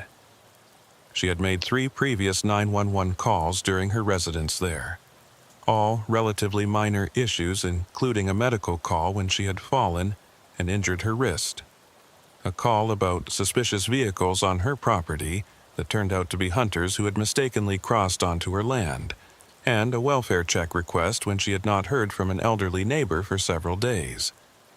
The calls suggested someone who was cautious but not paranoid, someone who used 911 appropriately when she had legitimate concerns but did not abuse the system with frivolous complaints. The property records showed that Perrin's house had been built in 1947, a typical post-war farmhouse on a foundation that included a full basement, which was common for houses in this area where basements provided storm shelter and utility space. The property had previously been owned by the Burkhart family for over 60 years before being sold to Perrin, and during the Burkhart ownership there had been no unusual police calls or incidents reported at the address.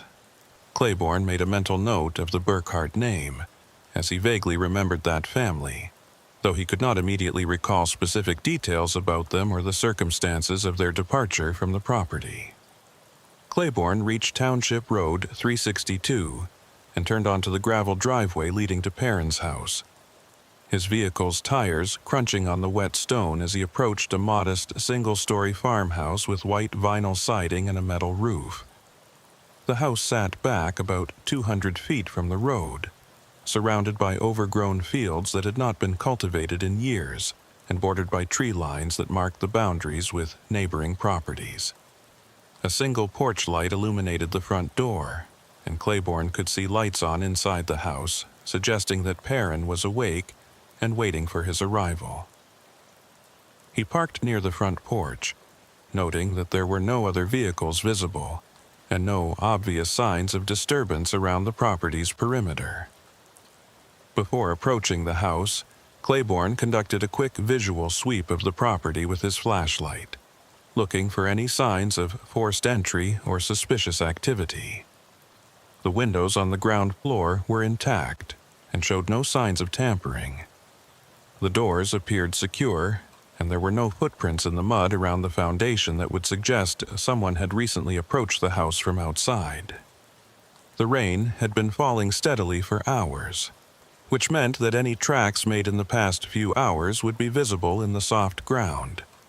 But Claiborne saw no evidence of foot traffic except what appeared to be Perrin's own tracks leading from her car, which was parked in a detached garage about 30 feet from the house. Claiborne approached the front door and knocked, identifying himself as a deputy with the Holmes County Sheriff's Office. The woman who opened the door matched the description Maddox had provided: an elderly woman of slight build with gray hair pulled back in a bun, wearing practical clothing that suggested someone accustomed to living alone and managing her own household. Eunice Perrin's face showed obvious relief at seeing the deputy, but also a kind of determined anxiety that suggested she was not someone who frightened easily, but was genuinely concerned about what she had heard in her basement. Perrin invited Claiborne inside, and he immediately noted that the house was clean and well-maintained, with modest furnishings that suggested someone living on a fixed income, but taking pride in her home.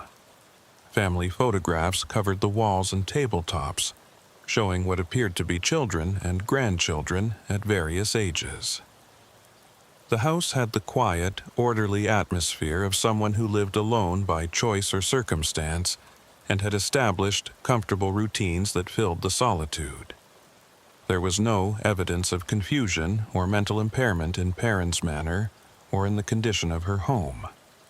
No signs that would suggest her concerns about sounds in the basement were the product of dementia or medication-related hallucinations.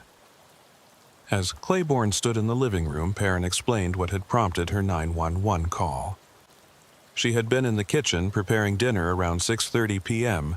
when she had first heard sounds coming from the basement, sounds that she described as scraping and thumping, as if someone was moving furniture or boxes across the concrete floor. Initially, she had tried to rationalize the sounds as being caused by the old house settling, or perhaps an animal that had somehow gotten into the basement through a crack or gap in the foundation.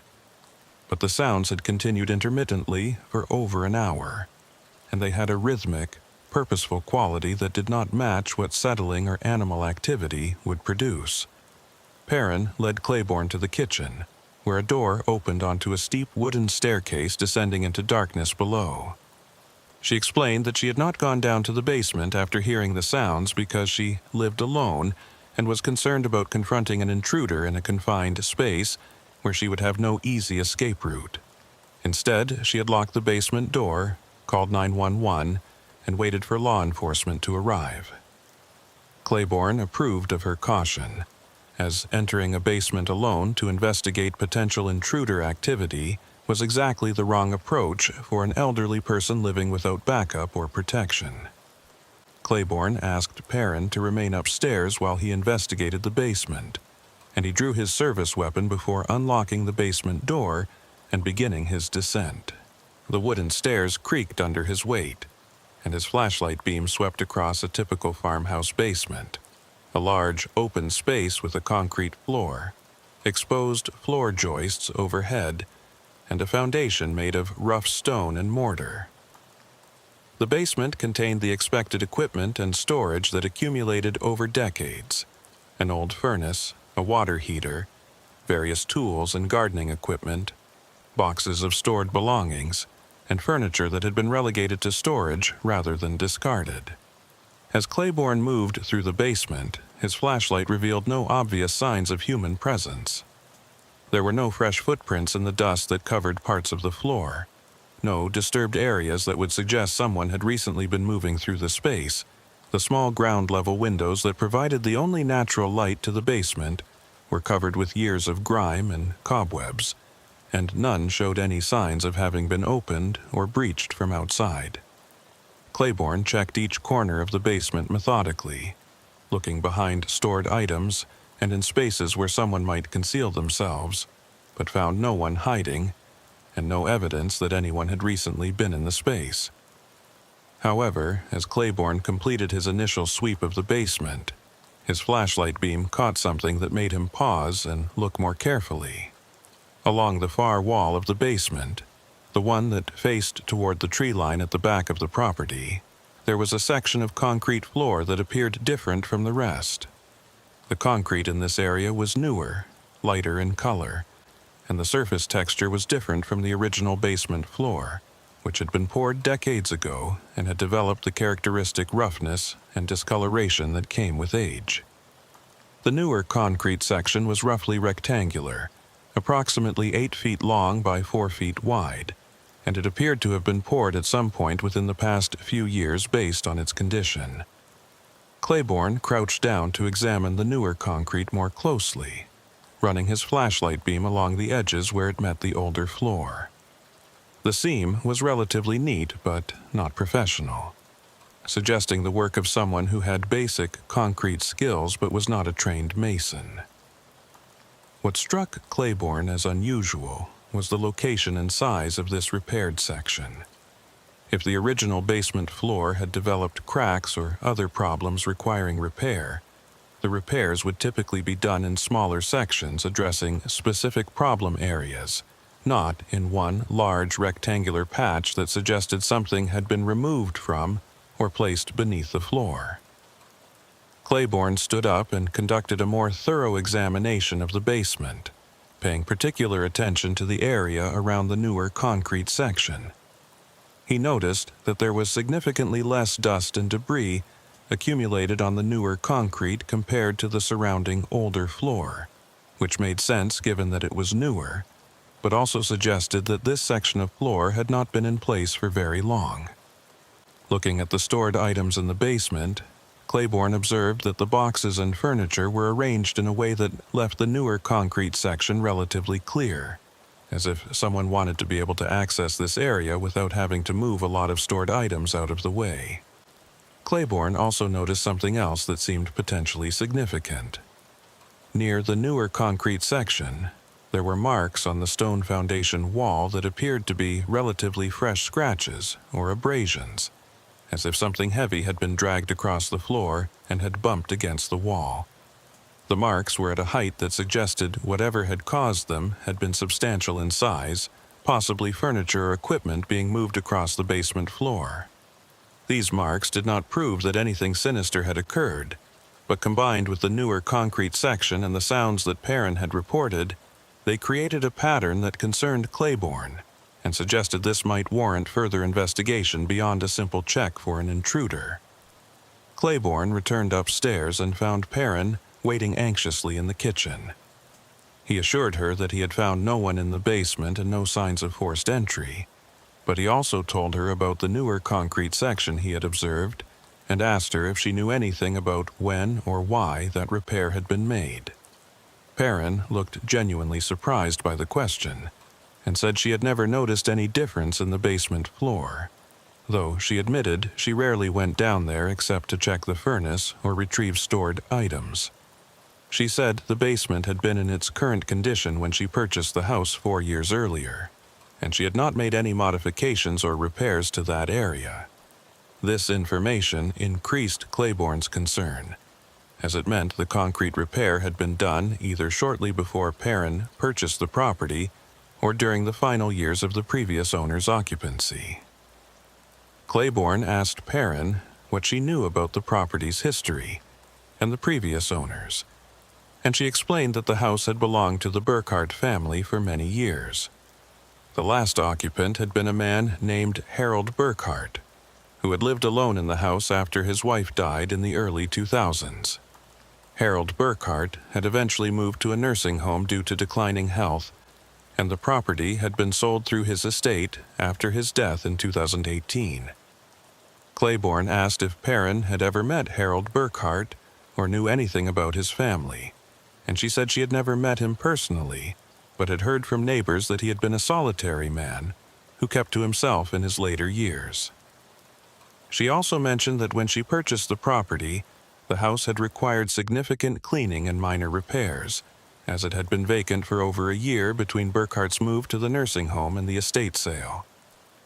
The basement had been full of accumulated belongings that she had either kept or donated to charity, and she had not paid particular attention to the condition of the floor beyond noting that the basement was dry and did not appear to have moisture problems.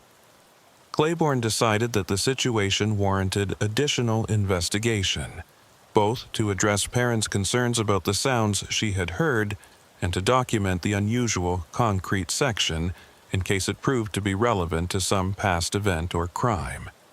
He asked Perrin's permission to take photographs of the basement, which she readily granted, and he spent the next 20 minutes documenting the newer concrete section, the marks on the foundation wall, and the overall condition of the basement. He also took measurements of the concrete section and made detailed notes about its location and characteristics for his incident report. As Claiborne was preparing to leave, Perrin mentioned something else that seemed potentially relevant. She said that over the past few months, she had occasionally noticed her stored items in the basement had been rearranged slightly, boxes moved or furniture shifted in ways that she could not remember doing herself. She had attributed this to her own memory failures, assuming she had moved things and forgotten about it. But now she wondered if someone had actually been entering her basement without her knowledge. She said she always kept the exterior doors to her house locked, but she admitted that the basement windows, while painted shut and covered with grime, might be vulnerable if someone was determined to gain access. Claiborne examined the basement windows more carefully with his flashlight and found that, while they appeared secure, one window on the side of the house facing away from the driveway showed signs that someone had attempted to clean the exterior surface, removing some of the accumulated grime in a way that might allow someone to see inside. The window itself was still painted shut and would be difficult to open from outside, but the partial cleaning suggested that someone had taken an interest in what was stored in the basement, or wanted to observe the interior without being noticed from inside the house. This discovery elevated Claiborne's concern from simple home security to potential criminal activity. Someone appeared to have been conducting surveillance of Perrin's basement, possibly looking for something or monitoring whether anyone was investigating the newer concrete section. Combined with Perrin's report of hearing sounds in the basement and her observations about stored items being rearranged, the evidence suggested that someone had been entering the property, possibly through methods that left no obvious traces, and had been conducting activities in the basement that they wanted to keep concealed from the homeowner. Claiborne decided to contact the Sheriff's Office Detective Division and request that an investigator follow up on this case. He explained the situation to Perrin and assured her that he would recommend increased patrols of her property and that a detective would likely want to interview her more thoroughly about the property's history and any suspicious activity she had observed. He also advised her to have a security system installed if possible, or at minimum to keep all doors and windows locked, and to call 911 immediately if she observed any suspicious activity or heard unusual sounds again. Before leaving Perrin's property, Claiborne conducted another exterior sweep with his flashlight, this time paying particular attention to the ground around the basement windows and looking for any signs of foot traffic or disturbance. Near the window that showed signs of cleaning, he found faint impressions in the mud that might be footprints, though the rain had degraded them to the point where they were not clear enough for useful documentation. However, the impression suggested that someone had stood at that window relatively recently, possibly within the past few days, and had spent enough time there to leave multiple overlapping prints.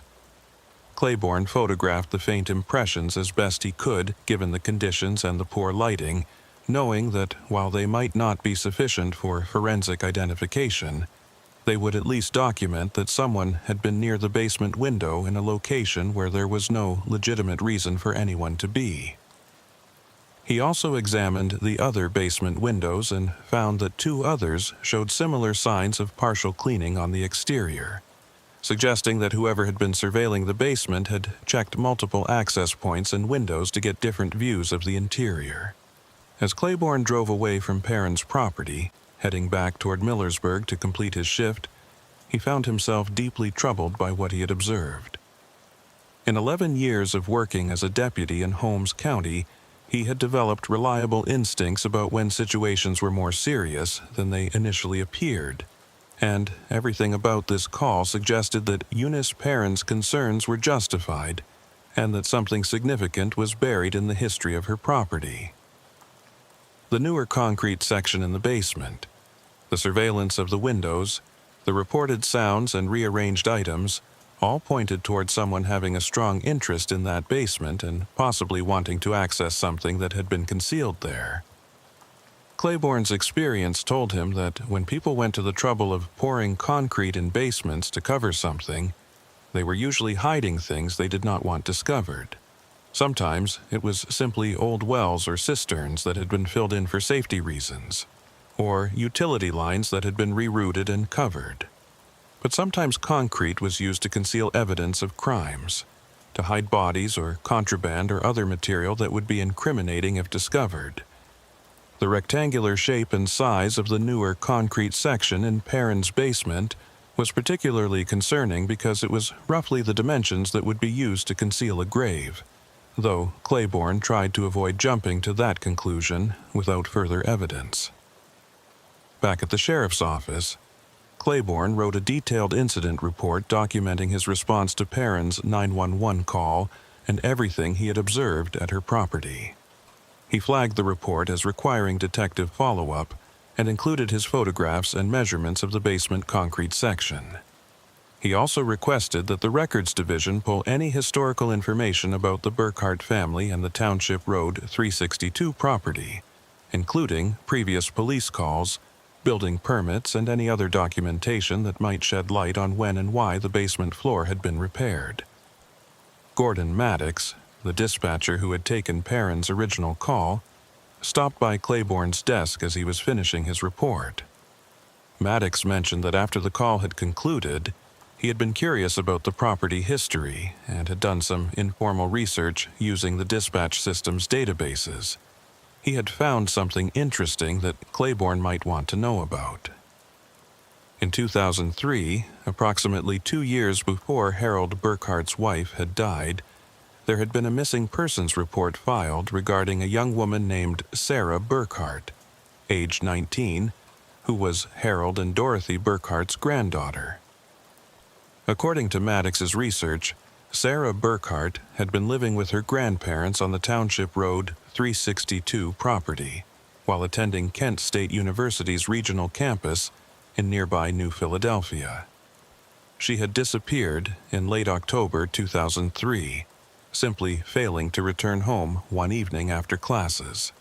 Her car had been found abandoned in the campus parking lot, but there had been no sign of Sarah herself, no indication of where she had gone or what had happened to her. The missing persons investigation had been extensive at the time, involving multiple law enforcement agencies and generating significant media attention. But Sarah Burkhart had never been found, and the case remained unsolved. This information sent a chill through Claiborne as he considered the implications. A young woman had disappeared from the property where Eunice Perrin now lived, vanishing without a trace nearly 2 decades ago. The case had never been solved, and now there was a suspicious concrete section in the basement that appeared to have been poured sometime in the years after Sarah's disappearance. The connection might be coincidental, but Claiborne's instincts told him that these facts were related, and that the sounds Eunice Perrin had heard in her basement might be connected to secrets that had been buried there for years.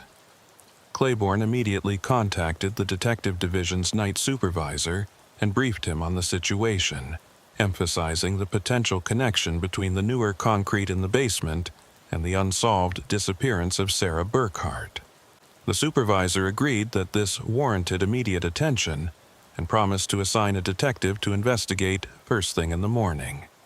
In the meantime, Claiborne was authorized to request that a patrol unit conduct periodic checks of Perrin's property throughout the night to ensure her safety and to watch for any suspicious activity that might indicate someone was attempting to access the property. As his shift ended and Claiborne prepared to go home, he found himself unable to stop thinking about Eunice Perrin alone in that house, sleeping above a basement that might contain the answer to a 20-year-old mystery. He thought about Sarah Burkhart, a young woman with her whole life ahead of her who had vanished without explanation, leaving behind family members who had spent 2 decades wondering what had happened to her and whether she had suffered. And he thought about Harold Burkhart, the elderly man who had lived alone in that house for years after his wife's death. who might have known terrible secrets about what had happened to his granddaughter and had taken those secrets to his grave.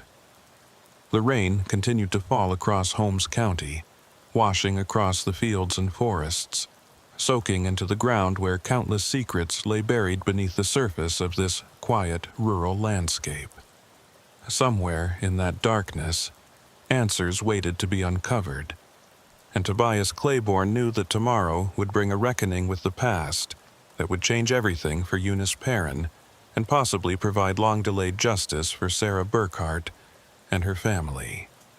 Detective Maria Kovacs arrived at the Holmes County Sheriff's Office at 7:30 a.m., having been briefed by phone about Deputy Claiborne's overnight report and the potential connection to the Sarah Burkhart missing persons case. Kovacs had been with the Sheriff's Office for 13 years, the last 7 as a detective specializing in major crimes and cold cases, and she had a reputation for thoroughness and persistence that had solved several cases other investigators had given up on. At 39 years old, Kovacs brought a combination of analytical thinking and investigative instinct that made her ideally suited for cases involving historical crimes and complex evidence patterns.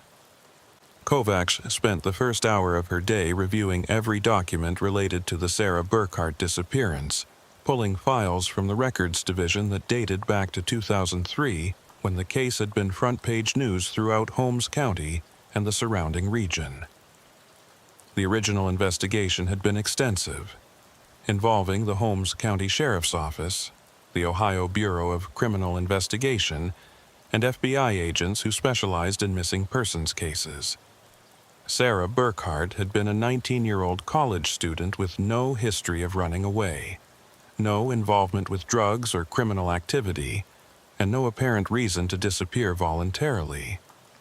Her disappearance had been sudden and complete, with no witnesses, no evidence of foul play, and no trace of where she had gone or what had happened to her. The case file documented hundreds of interviews conducted with Sarah's family members, friends, classmates, professors, and anyone else who might have had contact with her in the days before her disappearance.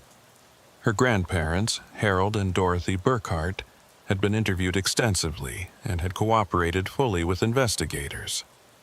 Both had appeared genuinely devastated by Sarah's disappearance and had no explanation for where she might have gone. The investigation had found no evidence of family conflict, no suggestion of abuse or problems in Sarah's relationship with her grandparents, and no indication that anyone in the family had been involved in her disappearance. Harold Burkhart had been 71 years old at the time of Sarah's disappearance, a retired machinist who had worked for a manufacturing company in Millersburg for over 40 years before retiring in the late 1990s. His wife Dorothy had been 68, a homemaker who had raised 3 children and had been helping to care for Sarah while she attended college. By all accounts, the Burkharts had been a typical rural Ohio family, hard-working, religious, and deeply connected to their community and extended family. The investigation had found nothing in their backgrounds that suggested capability or motive for harming their granddaughter. However, as Kovacs read through the file, she noticed something that the original investigators had documented, but apparently had not considered particularly significant. In January 2004, approximately 3 months after Sarah's disappearance, Harold Burkhart had applied for a building permit to make repairs to his basement, specifically to replace a section of concrete floor that he claimed had developed severe cracking and water damage. The permit application indicated that Burkhart planned to do the work himself, with the help of a nephew who had some concrete experience, and that the project would involve removing the damaged concrete, addressing drainage issues, and pouring a new floor section. The building inspector who had reviewed the completed work in February 2004 had filed a brief report noting that the concrete repair appeared professionally done and met code requirements. The inspector's notes indicated that the new concrete section was approximately 8 feet by 4 feet, located along the back wall of the basement, and had been poured to match the thickness and grade of the original floor. The inspector had no concerns about the quality of work and had signed off on the permit without requiring any modifications or additional inspections. Kovacs felt her investigative instincts activate as she read this documentation. The timing was striking. Harold Burkhart had undertaken a concrete repair project in his basement just 3 months after his granddaughter disappeared, during the heart of winter when such work would be difficult and uncomfortable. The size and location of the concrete section matched exactly what Deputy Claiborne had observed and photographed at Eunice Perrin's property the previous night. And while the building inspector's report suggested legitimate repair work, the coincidental timing raised obvious questions about whether the concrete might have been covering something other than simple drainage problems. Kovacs pulled additional records related to the Burkhart property, looking for any other documentation that might be relevant. She found that in March 2005, approximately 18 months after Sarah's disappearance, Dorothy Burkhart had died of cancer at age 70. Harold had continued living alone on the property for another 12 years until declining health forced him to move to a nursing home in 2017. He had died in 2018 at age 86, and the property had been sold through his estate to Eunice Perrin in 2019.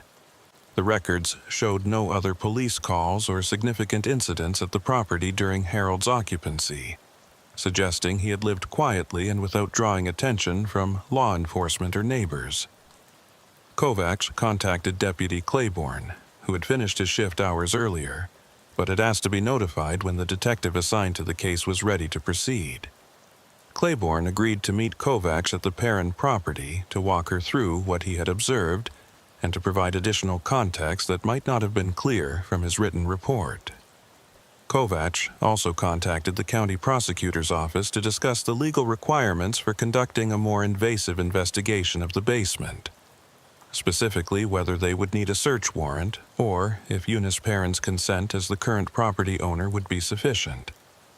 The assistant prosecutor handling the consultation explained that while Perrin's consent would allow them to examine the property she owned, if they planned to actually excavate the basement floor, they should consider obtaining a search warrant based on probable cause to believe evidence of a crime might be concealed there. The warrant would protect the investigation from later legal challenges and would formalize the process in a way that would make any discovered evidence admissible in court.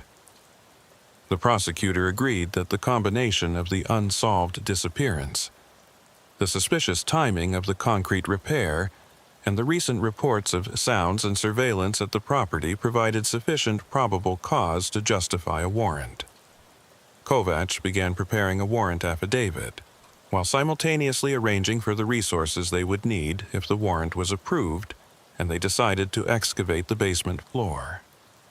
She contacted the Ohio Bureau of Criminal Investigation and requested assistance from their crime scene specialists and forensic anthropologists, who would be necessary if they discovered human remains.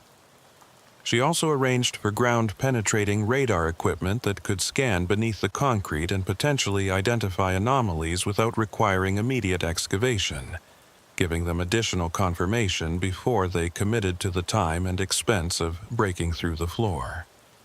By noon, Kovacs had completed her warrant affidavit and had submitted it to Judge Raymond Holbrook, who handled most criminal matters for Holmes County. The affidavit detailed the Sarah Burkhart disappearance, the suspicious timing of the basement concrete repair, Deputy Claiborne's observations at the Perrin property, and the recent reports of sounds and surveillance that suggested someone had ongoing interest in the basement. Judge Holbrook reviewed the affidavit carefully, asked several clarifying questions about the timeline and the evidence, and then signed the search warrant, authorizing the sheriff's office to conduct a comprehensive examination of the basement at the Township Road 362 property, including the use of ground-penetrating radar and, if warranted, excavation of the concrete floor. Kovacs and Claiborne met at the Perrin property at 2:00 p.m., accompanied by 2 technicians from the Ohio BCI who were bringing ground-penetrating radar equipment. Eunice Perrin met them at the door, clearly anxious about what the investigation might reveal, but cooperative and understanding about the necessity of determining what, if anything, was concealed in her basement. Kovacs explained the search warrant and the investigative process, assuring Perrin that they would be as minimally invasive as possible and would repair any damage caused by their examination. Perrin asked if she should leave the property during the investigation, but Kovacs suggested she might prefer to stay nearby in case they needed to ask questions about the property or its history. The ground-penetrating radar equipment was carried down to the basement, and the technicians began the process of scanning the concrete floor, paying particular attention to the newer section that Claiborne had identified. Ground-penetrating radar works by sending electromagnetic pulses into the ground and measuring the reflected signals that bounce back from objects or anomalies beneath the surface. Different materials reflect the signals differently, allowing trained technicians to identify voids, buried objects, disturbed soil, and other features that might not be visible from the surface. The technology was not perfect and required skilled interpretation, but it could provide valuable information about what lay beneath concrete floors without requiring immediate excavation. The technicians worked methodically, moving the radar unit back and forth across the newer concrete section, while monitoring the data on a laptop computer that displayed real-time images of the subsurface. Kovacs and Claiborne watched over their shoulders, trying to interpret the patterns appearing on the screen, but knowing they would need to wait for the technician's expert analysis before drawing conclusions. After approximately 45 minutes of scanning and data collection, the senior technician asked his colleague to confirm what he was seeing, and both men spent several minutes reviewing the images and discussing their interpretation in technical terms. Finally, the senior technician turned to Kovacs with a grave expression and explained what the ground-penetrating radar had revealed. Beneath the newer concrete section, at a depth of approximately 3 feet below the surface, there was a large anomaly that showed characteristics consistent with a void or disturbed soil that had been refilled. The anomaly was roughly 6 feet long, 3 feet wide, and extended to a depth of approximately 5 feet below the basement floor. The size, shape, and location of the anomaly were consistent with what would be expected if someone had dug a grave-sized hole in the basement, placed something in it, backfilled the hole with soil, and then poured concrete over the surface to conceal the disturbance. The technician cautioned that ground-penetrating radar could not definitively identify what was in the void, whether it was human remains, animal remains, buried objects, or simply disturbed soil from utility work or other legitimate construction. But he also noted that the characteristics of this particular anomaly, especially its regular shape and depth, were very similar to what he had observed in previous cases where human remains had been buried and concealed beneath concrete floors. He strongly recommended excavation if the investigators wanted to determine conclusively what was buried there. Kovacs felt the weight of this moment settle over her as she considered what the next steps would mean. If they excavated and found human remains, this would transform from a cold case review into an active homicide investigation that would reopen wounds for Sarah Burkhart's family and potentially destroy the reputation of the Burkhart family name in a community where that name had been respected for generations. If they excavated and found nothing, or found something innocent that explained the anomaly, they would have wasted significant resources and caused Eunice Perrin considerable disruption for no purpose. But doing nothing was not an option, not when a young woman's disappearance remained unsolved and evidence suggested her body might be buried in this basement. Kovacs called Sheriff Thomas Yoder, the elected head of the Holmes County Sheriff's Office, and briefed him on the situation. Yoder had been sheriff for 12 years and had been a lieutenant in the department back in 2003 when Sarah Burkhart disappeared, so he remembered the case well and understood its significance to the community. He authorized Kovacs to proceed with excavation, agreeing that the ground-penetrating radar results provided sufficient justification, and that the community deserved answers about what had happened to Sarah Burkhart, even if those answers were difficult and painful. The excavation could not begin immediately, as it required additional equipment and personnel that would take time to assemble. Kovacs arranged for a contractor with concrete cutting equipment to arrive the following morning, and she coordinated with the BCI forensic team to have anthropologists and evidence technicians standing by in case human remains were discovered. She also made the difficult decision to contact Sarah Burkhart's family and informed them that the investigation into their daughter's disappearance had been reopened based on new evidence, preparing them for the possibility that Sarah's remains might be found, but cautioning that the evidence was not yet conclusive. Sarah Burkhart's parents, Robert and Linda Burkhart, were now in their 60s and had spent the past 2 decades living with the uncertainty of not knowing what had happened to their daughter. Linda Burkhart broke down crying when Kovacs called to inform them about the investigation, while Robert's voice was hollow and distant, as if he had already grieved so many times that he had no emotional reserves left. They told Kovacs that they had always believed Sarah was dead, that despite holding on to hope for the first few years, they had eventually accepted that their daughter was not coming home alive. They had suspected that something had happened to her near the Burkhart property, as that was the last place she was known to have been, but they had never imagined that her own grandparents might have been involved. Kovacs was careful not to make accusations about Harold Burkhart's involvement, explaining that they were still investigating and gathering evidence, but she acknowledged that the timing of the basement concrete work raised questions that needed to be answered. The Burkharts told Kovacs that Harold had changed after Sarah's disappearance, becoming more withdrawn and isolated, rarely leaving the property and avoiding family gatherings where Sarah's disappearance might be discussed. Dorothy had remained more social until her illness, but even she had seemed burdened by something she could not or would not discuss.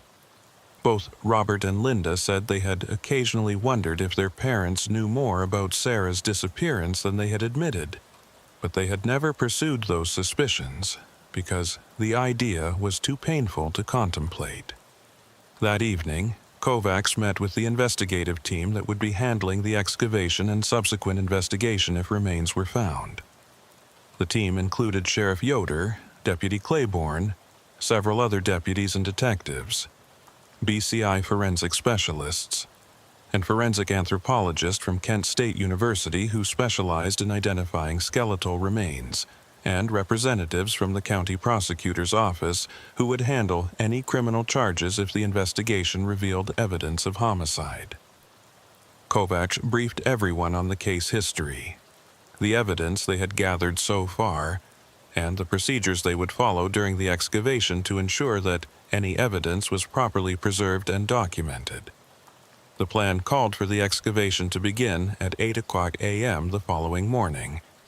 The concrete contractor would use specialized cutting equipment to remove the newer concrete section without disturbing what lay beneath it. Once the concrete was removed, the BCI forensic team would carefully excavate the underlying soil using hand tools and systematic archaeological techniques to ensure that any evidence was properly documented and preserved.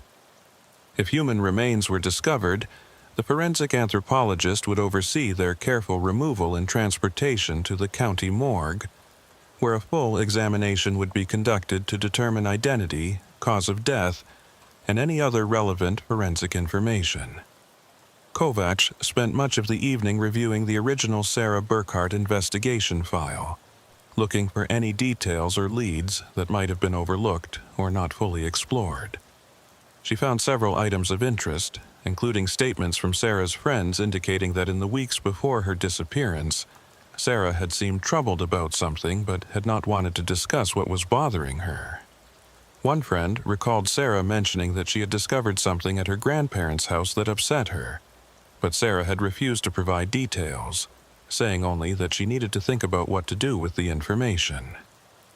This statement had been noted by the original investigators but had not been followed up thoroughly because Sarah's friend could not provide specific information about what Sarah had discovered. At the time, investigators had assumed Sarah might have been referring to personal family issues or conflicts that were not relevant to her disappearance. But now, with the benefit of hindsight and new evidence, Kovacs wondered if Sarah had discovered something in her grandparents' house that had placed her in danger. Had she found evidence of some crime or secret that Harold Burkhart needed to keep hidden? Had that discovery led to a confrontation that ended in violence? Kovacs also found reports indicating that in the days immediately after Sarah's disappearance, Harold Burkhart had seemed unusually calm and stoic, not displaying the level of emotion that would be expected from a grandparent whose granddaughter had vanished.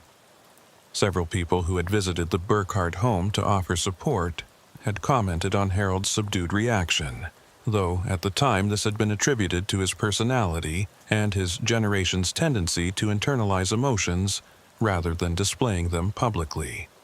But investigative experience had taught Kovacs that sometimes people appeared calm in the face of tragedy because they already knew the outcome and were not dealing with uncertainty the way genuinely concerned family members would be. As Kovacs prepared to leave the office for the night, Gordon Maddox stopped by her desk with additional information he had discovered while researching the case. Maddox explained that he had been working dispatch the night of Sarah Burkhart's disappearance in 2003, and while he had not taken the initial missing persons call, he remembered the case clearly because it had generated so much activity and concern throughout the county. Maddox said that he had always felt there was something not quite right about how Harold Burkhart had behaved during the investigation, but he had never been able to articulate exactly what bothered him about the old man's demeanor and responses. Maddox also mentioned that in the years after Sarah's disappearance, he had occasionally been called to dispatch patrol units to the Burkhart property for various minor issues, wellness checks, reports of suspicious activity, and other routine calls. He said that Harold had always seemed defensive when officers responded to his property, even for completely innocuous matters, and had been reluctant to allow anyone into his house beyond what was absolutely necessary. This behavior had struck Maddox as unusual for someone who had previously been cooperative with law enforcement and had welcomed their presence during the search for his granddaughter. Most significantly, Maddox recalled that in early 2004, shortly after Harold had completed the basement concrete work, there had been a call from a neighbor reporting foul odors coming from the Burkhart property. The responding deputy had checked with Harold, who had explained that the smell was from fertilizer he was using on his fields and from a dead animal, possibly a deer, that had died somewhere on his property. The deputy had accepted this explanation and had closed the call without further investigation. But now, knowing what they knew about the basement excavation and the suspicious timing, Maddox wondered if that odor report might have been related to whatever was buried beneath the concrete. This information added another piece to the disturbing puzzle that was emerging. If human remains had been buried in the Burkhart basement in late 2003 or early 2004, there would have been noticeable odors during the decomposition process, especially in the confined space of a basement. Harold's work pouring concrete over the gravesite might have been motivated in part by the need to contain those odors and prevent them from drawing attention. The timing of the neighbor's report, coming shortly after the concrete work was completed, suggested that some odors had escaped before the concrete was in place or had lingered in the basement area despite Harold's attempts at concealment. Kovacs thanked Maddox for the information and added it to her investigative file, noting that if remains were found during the excavation, they would need to carefully document the condition of the basement and any evidence of attempts to manage or conceal odors from decomposition. She also made a note to interview the neighbor who had made the original odor complaint, as that person might have observed other relevant activity at the Burkhart property during the critical period after Sarah's disappearance. The night before the excavation, Kovacs found herself unable to sleep, her mind churning through the details of the case and the implications of what they might find the next day. She thought about Sarah Burkhart, a 19-year-old woman with her entire life ahead of her, possibly murdered by the grandfather who was supposed to protect and care for her. She thought about Harold Burkhart, an elderly man who had lived with terrible secrets for over a decade, going through the motions of daily life while knowing that his granddaughter's body was buried in his basement. And she thought about Eunice Perrin, an innocent woman who had purchased a house expecting to spend her retirement years in peace, only to discover that her home contained the evidence of a 20-year-old murder. Kovacs also considered the technical challenges they would face during the excavation. If Sarah's body had been buried for 2 decades, the remains would be significantly decomposed, possibly skeletonized depending on the soil conditions and moisture levels in the basement. Identifying the remains and determining cause of death would require careful forensic analysis, and there was no guarantee that the evidence would be sufficient to definitively prove what had happened. They might find Sarah's body, but be unable to determine how she died or who was responsible, leaving the family with answers about her fate but not justice for her death. As the first light of dawn broke over Holmes County, Kovacs was already on her way to the Perrin property, where the excavation team was assembling their equipment and preparing for a day that would either solve one of the county's most haunting mysteries or raise new questions that might never be answered. Deputy Claiborne arrived shortly after Kovacs, and together they conducted a final briefing with the team members, ensuring everyone understood their roles and responsibilities. The contractor positioned his concrete cutting equipment, and the forensic specialists laid out their tools and documentation materials, preparing to carefully record every step of the excavation process. Eunice Perrin watched from her kitchen window as the law enforcement personnel gathered in her yard, preparing to literally unearth the secrets that had been hidden in her basement for 2 decades.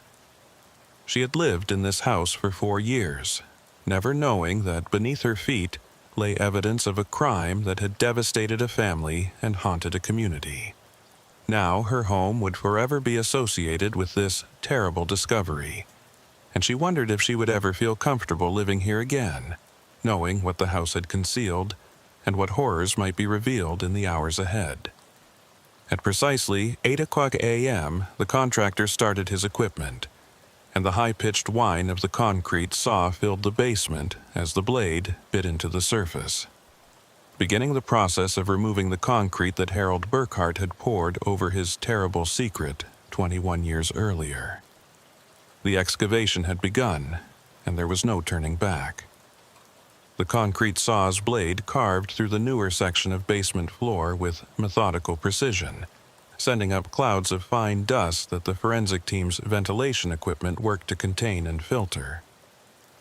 The contractor operated the equipment with practiced efficiency, making careful cuts that outlined the rectangular section Detective Kovacs had marked based on the ground-penetrating radar results. The process took nearly 2 hours, as the contractor had to make multiple passes to cut through the full thickness of the concrete, which proved to be approximately 4 inches deep. Consistent with residential basement floor construction, but thicker than would typically be used for a simple repair patch. Once the cutting was complete, the contractor used pry bars and lifting equipment to carefully remove the concrete sections, revealing the dark soil beneath. The forensic team immediately moved in with their documentation equipment, photographing and measuring the exposed area before anyone was allowed to disturb the underlying material. Detective Kovacs watched intently as the forensic anthropologist, Patricia Hollis from Kent State University, examined the exposed soil and provided her initial assessment of what the excavation might reveal. Dr. Hollis noted that the soil beneath the concrete showed clear signs of disturbance, with a mixture of different soil types and textures that indicated it had been dug up and refilled at some point. The disturbed soil area matched the dimensions suggested by the ground-penetrating radar, approximately 6 feet long by 3 feet wide, and extended deeper than the surrounding undisturbed basement floor.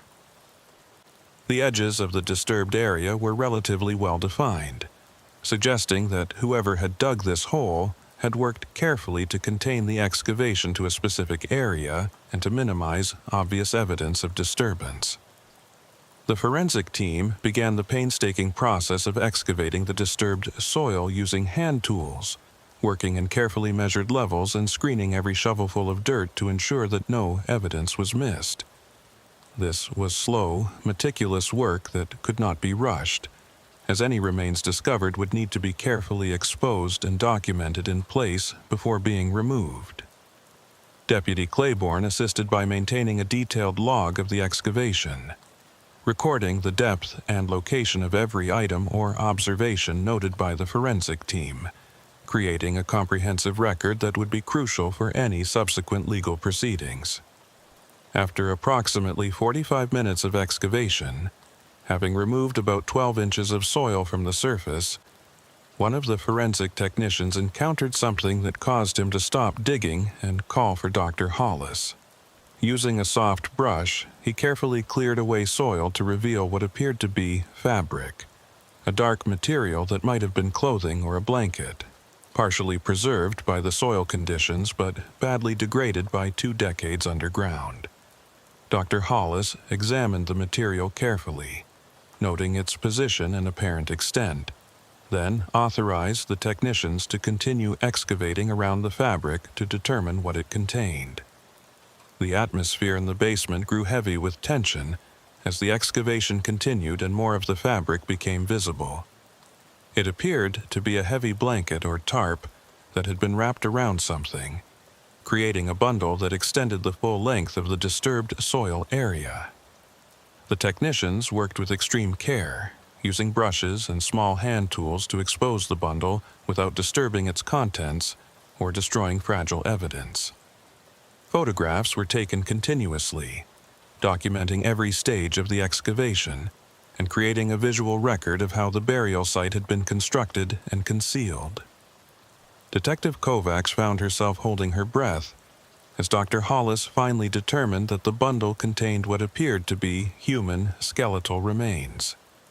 The forensic anthropologist's preliminary examination, conducted with the remains still partially buried and wrapped in the deteriorated fabric, suggested a single individual, likely young adult based on the size and condition of visible bones, with the skeleton appearing to be largely complete despite 2 decades of burial. Dr. Hollis recommended that they continue the careful exposure of the remains in place rather than attempting to lift the entire bundle, as this would allow for better documentation and would minimize the risk of losing small bones or other evidence during removal. The excavation continued throughout the morning and into the early afternoon, with Dr. Hollis and her team working with painstaking precision to expose and document every aspect of the burial. As more of the skeleton was revealed, Dr. Hollis was able to make increasingly confident assessments about what they had found. The remains appeared to be those of a young female, approximately 5 feet 6 inches tall, based on long bone measurements, with skeletal development consistent with late adolescence or early adulthood. The position of the remains suggested the body had been placed in the grave in a flexed or curled position, possibly to fit within the limited space of the basement excavation, and had been wrapped in what appeared to be a dark green wool blanket before burial. Most significantly, Dr. Hollis identified what she described as trauma to the skull, specifically fractures to the left temporal and parietal bones that appeared to be perimortem, meaning they had occurred at or near the time of death. The pattern of fractures suggested blunt force trauma, consistent with being struck by a heavy object or falling and striking the head against a hard surface. While Dr. Hollis cautioned that a full laboratory examination would be necessary to determine the exact cause of death, the skull trauma provided strong evidence that this individual had died from violent injury rather than natural causes or accident. Detective Kovacs stood at the edge of the excavation, watching as the team carefully exposed and documented what almost certainly was Sarah Burkhart's final resting place. She thought about the young woman who had been buried here, whose life had been cut short at just 19 years old, who had spent the past 2 decades in this dark basement while her family searched for answers and her murderer lived above her grave. The cruelty of it was overwhelming, the calculation required to murder someone and then bury them in your own basement, to live your daily life knowing what lay beneath your feet, to maintain that terrible secret for years until death finally ended your participation in the deception. By mid-afternoon, the skeletal remains had been fully exposed and documented, and Dr. Hollis determined they were ready for careful removal and transportation to the county morgue, where a complete examination could be conducted. The remains were lifted carefully, still wrapped in the remnants of the blanket, and placed in a specialized container designed for transporting skeletal remains. Additional soil samples were collected from around and beneath the burial site, as these might contain trace evidence or forensic material that could provide additional information about the burial or the circumstances of death. Once the remains had been removed, the forensic team continued excavating to ensure they had not missed any evidence that might have settled to the bottom of the grave. They found several items of interest, including fragments of what appeared to be denim fabric, possibly from jeans, a zipper that might have been from a jacket or sweatshirt, and most significantly, a small gold necklace with a pendant in the shape of a cross. The jewelry was photographed in place and then carefully collected for evidence, as it might help with identification or might have belonged to Sarah Burkhart and be recognized by her family. Detective Kovacs contacted Robert and Linda Burkhart to inform them that human remains had been discovered at the property where their daughter had lived with her grandparents. She was careful to explain that positive identification would require forensic analysis, including dental records and possibly DNA testing, but that the preliminary findings were consistent with the remains, being those of a young adult female who had died from traumatic injury approximately 2 decades ago. She asked if they could provide information about any identifying characteristics Sarah might have had, including jewelry she typically wore, and whether they could assist in obtaining Sarah's dental records for comparison. Linda Burkhart, through tears, described the gold cross necklace that Sarah had worn constantly, a confirmation gift present from her grandmother Dorothy. The description matched the necklace found in the gravesite, providing strong circumstantial evidence that these were indeed Sarah's remains, even before formal forensic identification could be completed. Robert Burkhart's voice was hollow as he told Kovacs that he had always known, somewhere deep in his heart, that Sarah was dead and that something terrible had happened to her at his parents' property.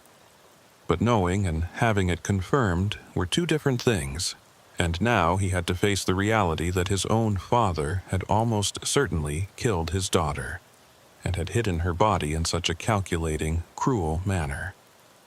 The forensic examination of the remains at the county morgue proceeded over the next several days, with Dr. Hollis working in conjunction with forensic odontologists and DNA specialists to confirm identification and determine as much as possible about the circumstances of death. The dental examination provided definitive confirmation that the remains were those of Sarah Burkhart, as the dental patterns matched Sarah's dental records exactly, including several distinctive fillings and the positioning of her wisdom teeth. DNA analysis using a sample from Linda Burkhart confirmed the maternal relationship, providing scientific certainty beyond any doubt. The forensic examination of the skull trauma revealed extensive information about the fatal injury.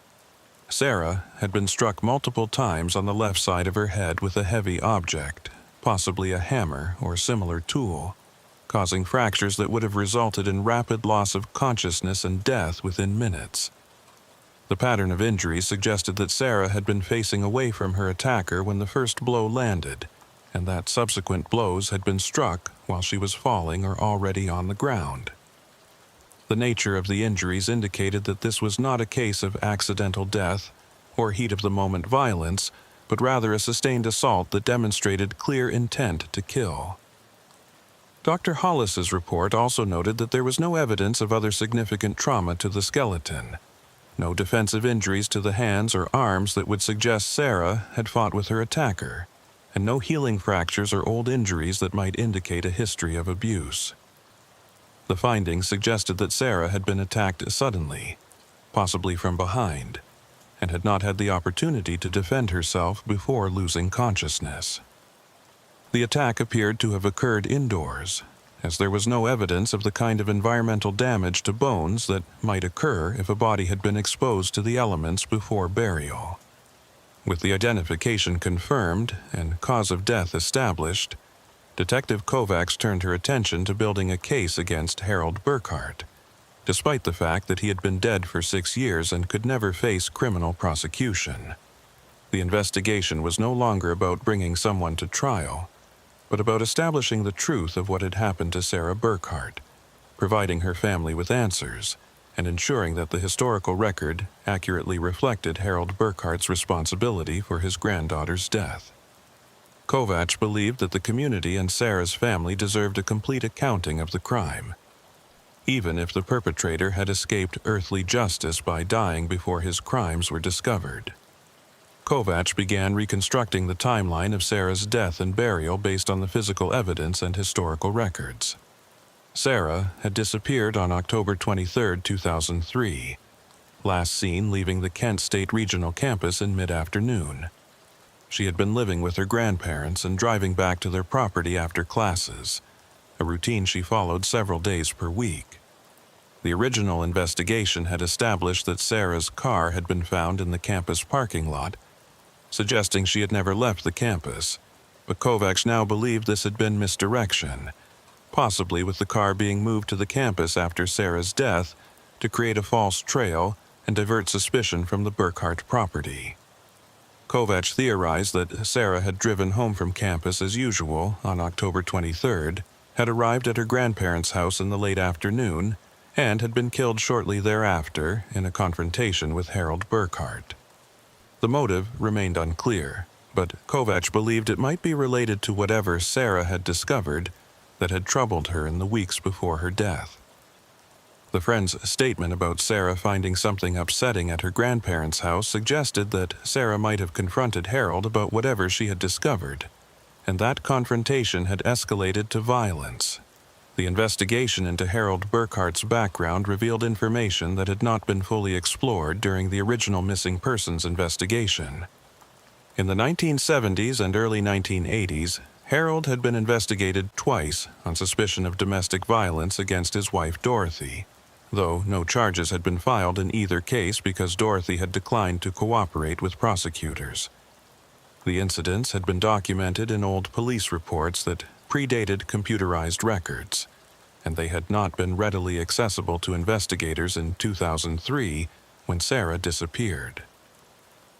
The reports described Harold as having a temper that could turn violent when he felt challenged or disrespected, particularly when he had been drinking.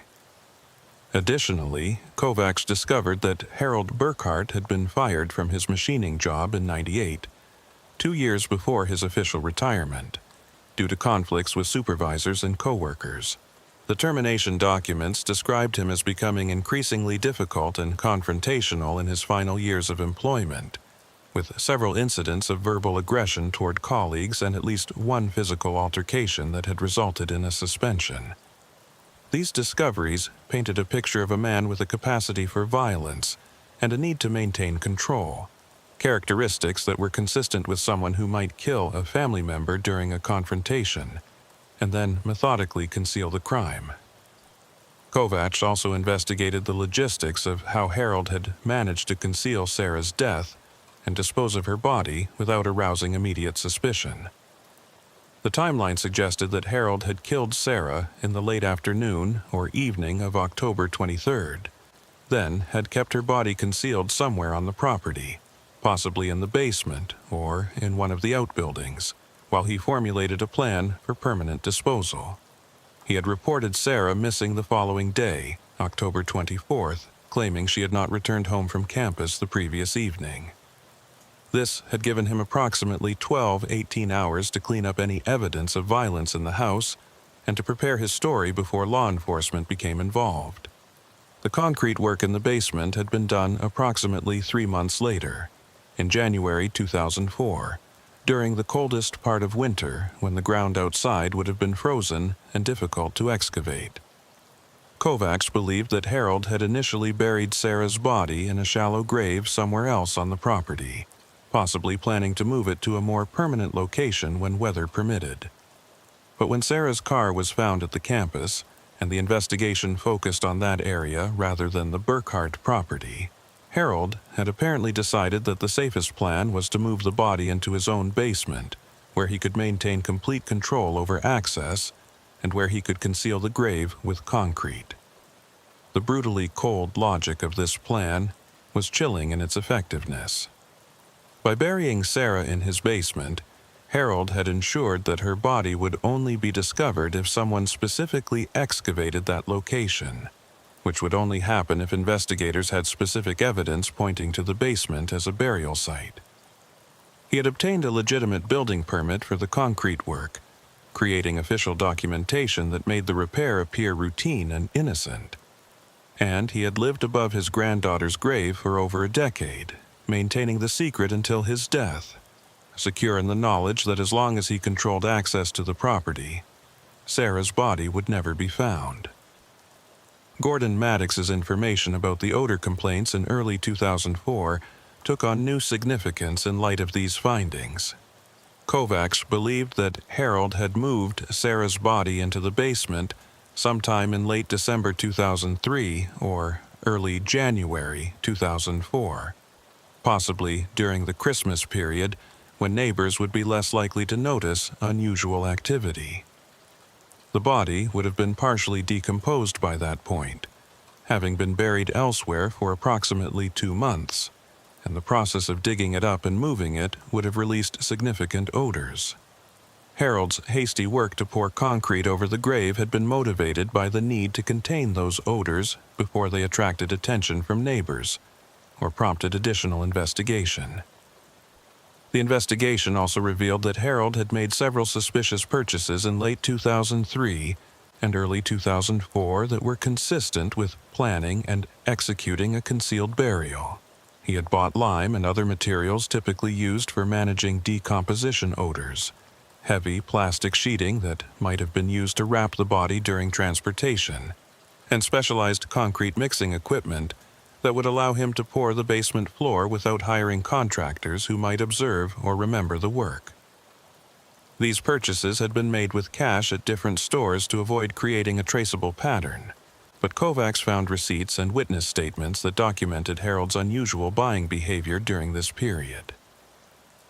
Deputy Tobias Claiborne assisted Kovacs with interviewing neighbors and former associates of Harold Burkhart, gathering additional information about his behavior in the years after Sarah's disappearance. Multiple people reported that Harold had become increasingly reclusive after his wife Dorothy's death in 2005, rarely leaving his property and avoiding social interactions.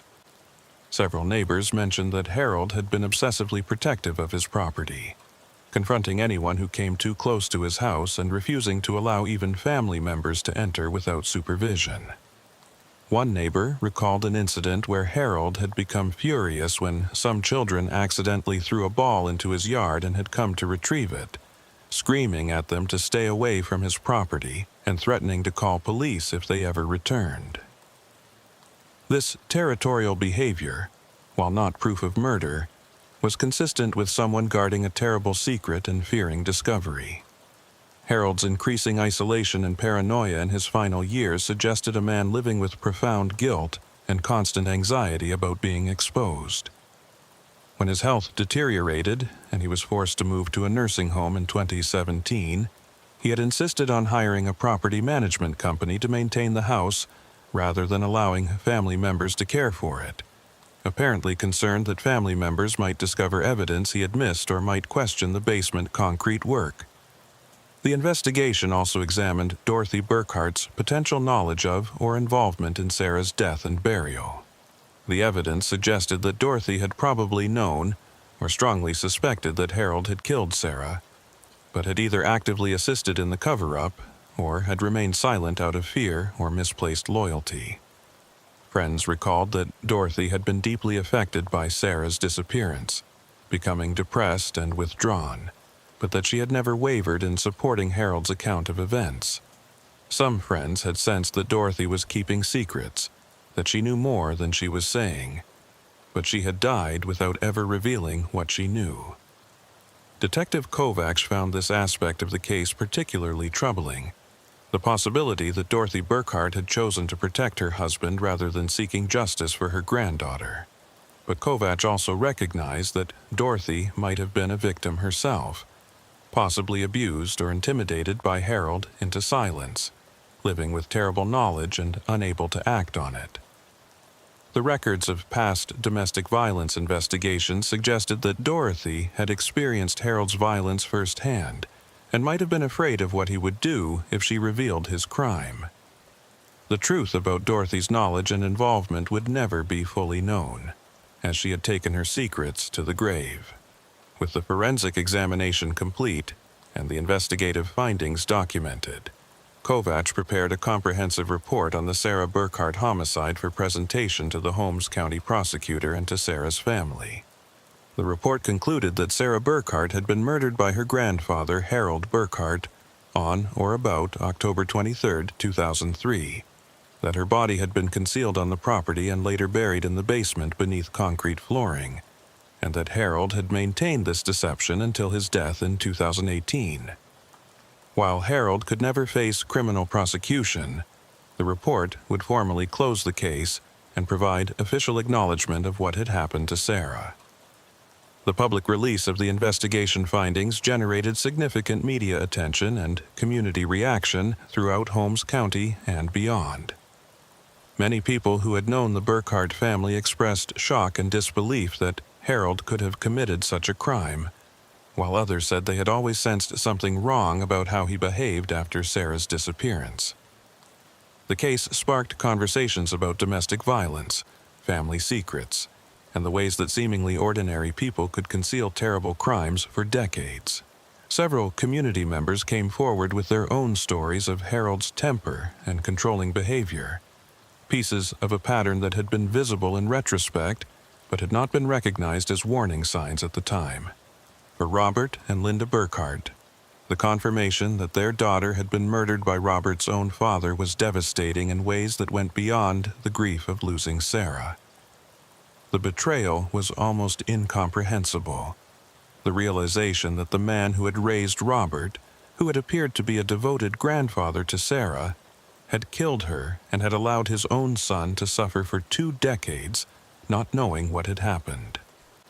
Robert publicly stated that while he was grateful for the investigative work that had finally brought the truth to light, he would never understand how his father could have done something so evil and then maintained the deception so completely. The Burkhart family arranged for Sarah's remains to be cremated and interred in the family cemetery plot, finally bringing her home properly after 2 decades in an unmarked grave beneath her grandparents' basement.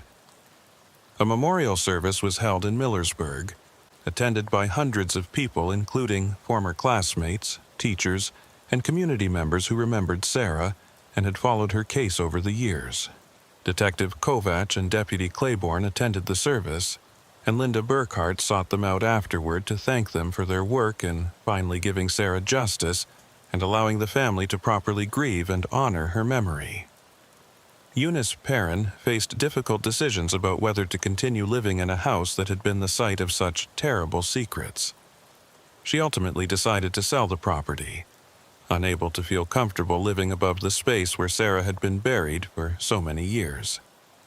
The disclosure of the home's history made it difficult to sell, but eventually a buyer who was aware of the complete story purchased the property with plans to renovate extensively and create new memories that would overshadow the dark past. The basement concrete was completely removed and replaced, symbolically erasing the physical reminder of what had been hidden there. Deputy Claiborne reflected on how a routine 911 call about sounds in a basement had led to solving one of the county's most haunting mysteries. His decision to thoroughly investigate Eunice Perrin's concerns, rather than dismissing them as the imaginings of an anxious elderly woman, had been vindicated by the discovery of Sarah's remains and the resolution of a 20-year-old case. The investigation reinforced Claiborne's belief in the importance of taking every call seriously and following evidence wherever it led, no matter how unlikely the conclusions might initially seem. Gordon Maddox, who had dispatched the original call and had provided crucial historical information about the case, continued his work at the Emergency Communications Center with renewed appreciation for the importance of institutional memory and comprehensive record-keeping. His recollection of details from 2003 and his willingness to dig through old records had been instrumental in connecting Deputy Claiborne's observations to the broader context of the Sarah Burkhart disappearance. The case demonstrated how experienced dispatchers could be invaluable resources in investigations, possessing knowledge and context that might not be immediately apparent in written reports or computerized databases. For Detective Kovacs, the Sarah Burkhart case became one of the most significant investigations of her career, demonstrating the value of persistence, thorough evidence analysis, and willingness to re-examine cold cases when new information emerged.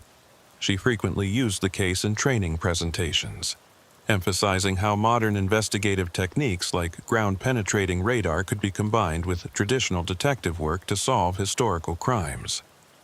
The case also highlighted the importance of maintaining and preserving historical records, as details documented decades earlier had proven crucial to understanding what had happened and why.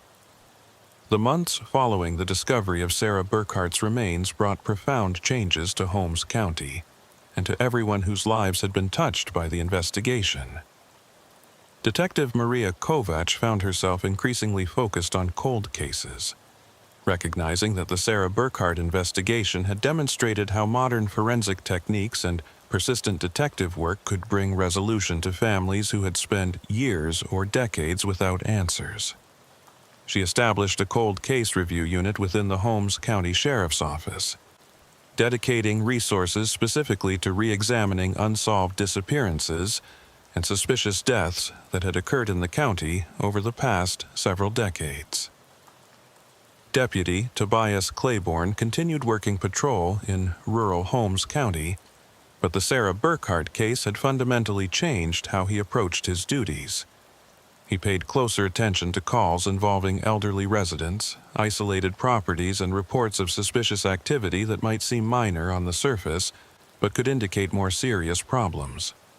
The case had taught him that routine calls could lead to extraordinary outcomes, and he trained newer deputies to trust their instincts when something seemed wrong, even if they could not immediately articulate what bothered them about a situation. Gordon Maddox, the dispatcher who had taken Eunice Perrin's original 911 call and who had provided crucial historical information about the Burkhart family, became an advocate for better documentation and information sharing within the emergency communications system. He worked with Detective Kovacs to develop protocols for flagging properties and individuals with significant criminal histories, ensuring that responding officers would have access to relevant background information when they were dispatched to calls. The relationship between Maddox and the investigative division became much closer following the case, with detectives recognizing that dispatchers often possessed valuable information and perspective that could aid investigations. Eunice Perrin struggled significantly in the aftermath of discovering that her home had been the burial site for a murdered young woman. Even after selling the property and moving to a condominium in Millersburg, Perrin experienced nightmares and anxiety related to the years she had lived unknowingly above Sarah's grave. She sought counseling to process the trauma and eventually found some peace by focusing on the positive outcome. Perrin maintained contact with Linda Burkhart, Sarah's mother, and the two women formed an unlikely friendship based on their shared experience with the case. Perrin attended the memorial service for Sarah and contributed to a scholarship fund that the Burkhart family established in Sarah's memory.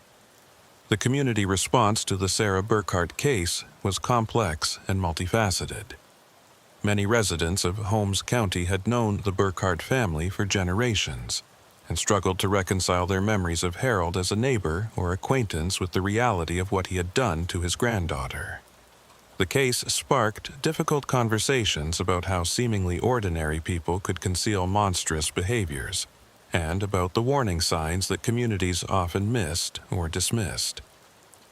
Several community organizations hosted forums on domestic violence, family dynamics, and the importance of speaking up when something seemed wrong rather than maintaining silence to avoid conflict. The case also influenced how law enforcement agencies throughout Ohio approached missing persons investigations, particularly those involving young adults who might be assumed to have left voluntarily. The Ohio Attorney General's office incorporated the case into their training materials for law enforcement officers, using it to illustrate the importance of questioning assumptions and following evidence, even when it pointed toward uncomfortable conclusions. Detective Kovacs was invited to present the case at a national conference on cold case investigations, where her presentation generated significant interest from detectives and forensic specialists across the country. Robert and Linda Burkhart eventually established the Sarah Burkhart Foundation, dedicated to supporting missing persons investigations and providing resources to families dealing with the disappearance of loved ones. The foundation funded training for law enforcement officers in advanced investigative techniques, provided grants for forensic testing in cold cases, and offered counseling services for families struggling with the uncertainty and trauma of having a missing loved one. Working with state legislators, they helped pass several reforms including mandatory protocols for investigating missing persons cases involving young adults and requirements for maintaining comprehensive databases across jurisdictions. These changes, collectively known as Sarah's Law, represented a meaningful legacy for a young woman whose life had been cut tragically short. 5 years after the discovery of Sarah's remains, a memorial marker was placed in downtown Millersburg, in a small park that had been Sarah's favorite place to walk during her high school years. The marker honored Sarah's memory and served as a reminder to the community about the importance of speaking up when something seemed wrong and supporting law enforcement efforts to solve cold cases. The dedication ceremony was attended by hundreds of people, including Sarah's family, the investigators who had worked her case, and community members who wanted to ensure that Sarah would be remembered not just as a victim, but as a person who had been loved and whose loss had changed her community. Detective Kovacs, speaking at the dedication ceremony, reflected on what the Sarah Burkhart case had taught her about the nature of evil and the importance of persistence in seeking justice. She noted that Harold Burkhart had not been a monster in the typical sense, but rather an ordinary man who had made a terrible choice and had then committed himself to concealing that choice regardless of the cost to others. But the case also demonstrated the power of the justice system when it worked as intended, when law enforcement officers took their responsibilities seriously, when forensic specialists applied their expertise with care and precision, and when communities supported efforts to uncover truth even when that truth was painful.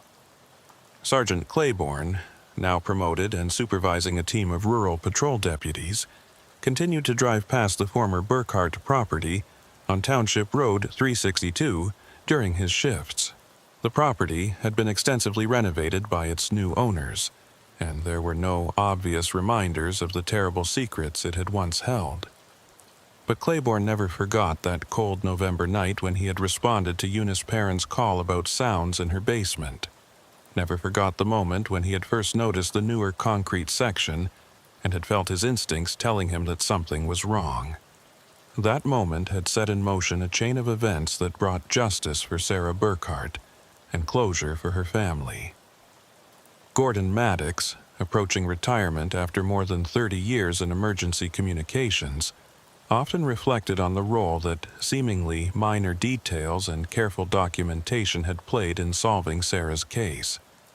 The information he had remembered about the 2003 missing persons investigation and Harold Burkhart's behavior patterns over the years had all contributed to the investigative mosaic that ultimately revealed the truth. Maddox emphasized to younger dispatchers that their work was not simply about taking calls and sending units, but about being part of a larger system of justice and community protection, where every piece of information could prove crucial. As the years passed and the immediate intensity of the Sarah Burkhart investigation faded into history, the case remained a touchstone for everyone involved, a reminder of why their work mattered and what could be accomplished through dedication, skill, and refusing to accept that some mysteries were simply unsolvable. The case demonstrated that truth could remain buried for decades, but could still be uncovered if people cared enough to look for it, that justice could be delayed but need not be permanently denied, and that even when the perpetrator escaped earthly accountability, establishing the historical record and providing closure to families served important purposes. For the Burkhart family, the pain of Sarah's loss never fully healed, but the resolution of her case allowed them to move forward with their lives in ways that had not been possible during the years of uncertainty. They knew where Sarah was. They understood what had happened to her, and they could honor her memory without the constant torment of wondering whether she might still be alive somewhere, waiting to be found. Linda Burkhart often shared at support groups that while learning the truth about Sarah's death had been devastating, the not knowing had been worse. The years of uncertainty had been a unique form of torture that only ended when Detective Kovacs called to tell them that Sarah's remains had been found.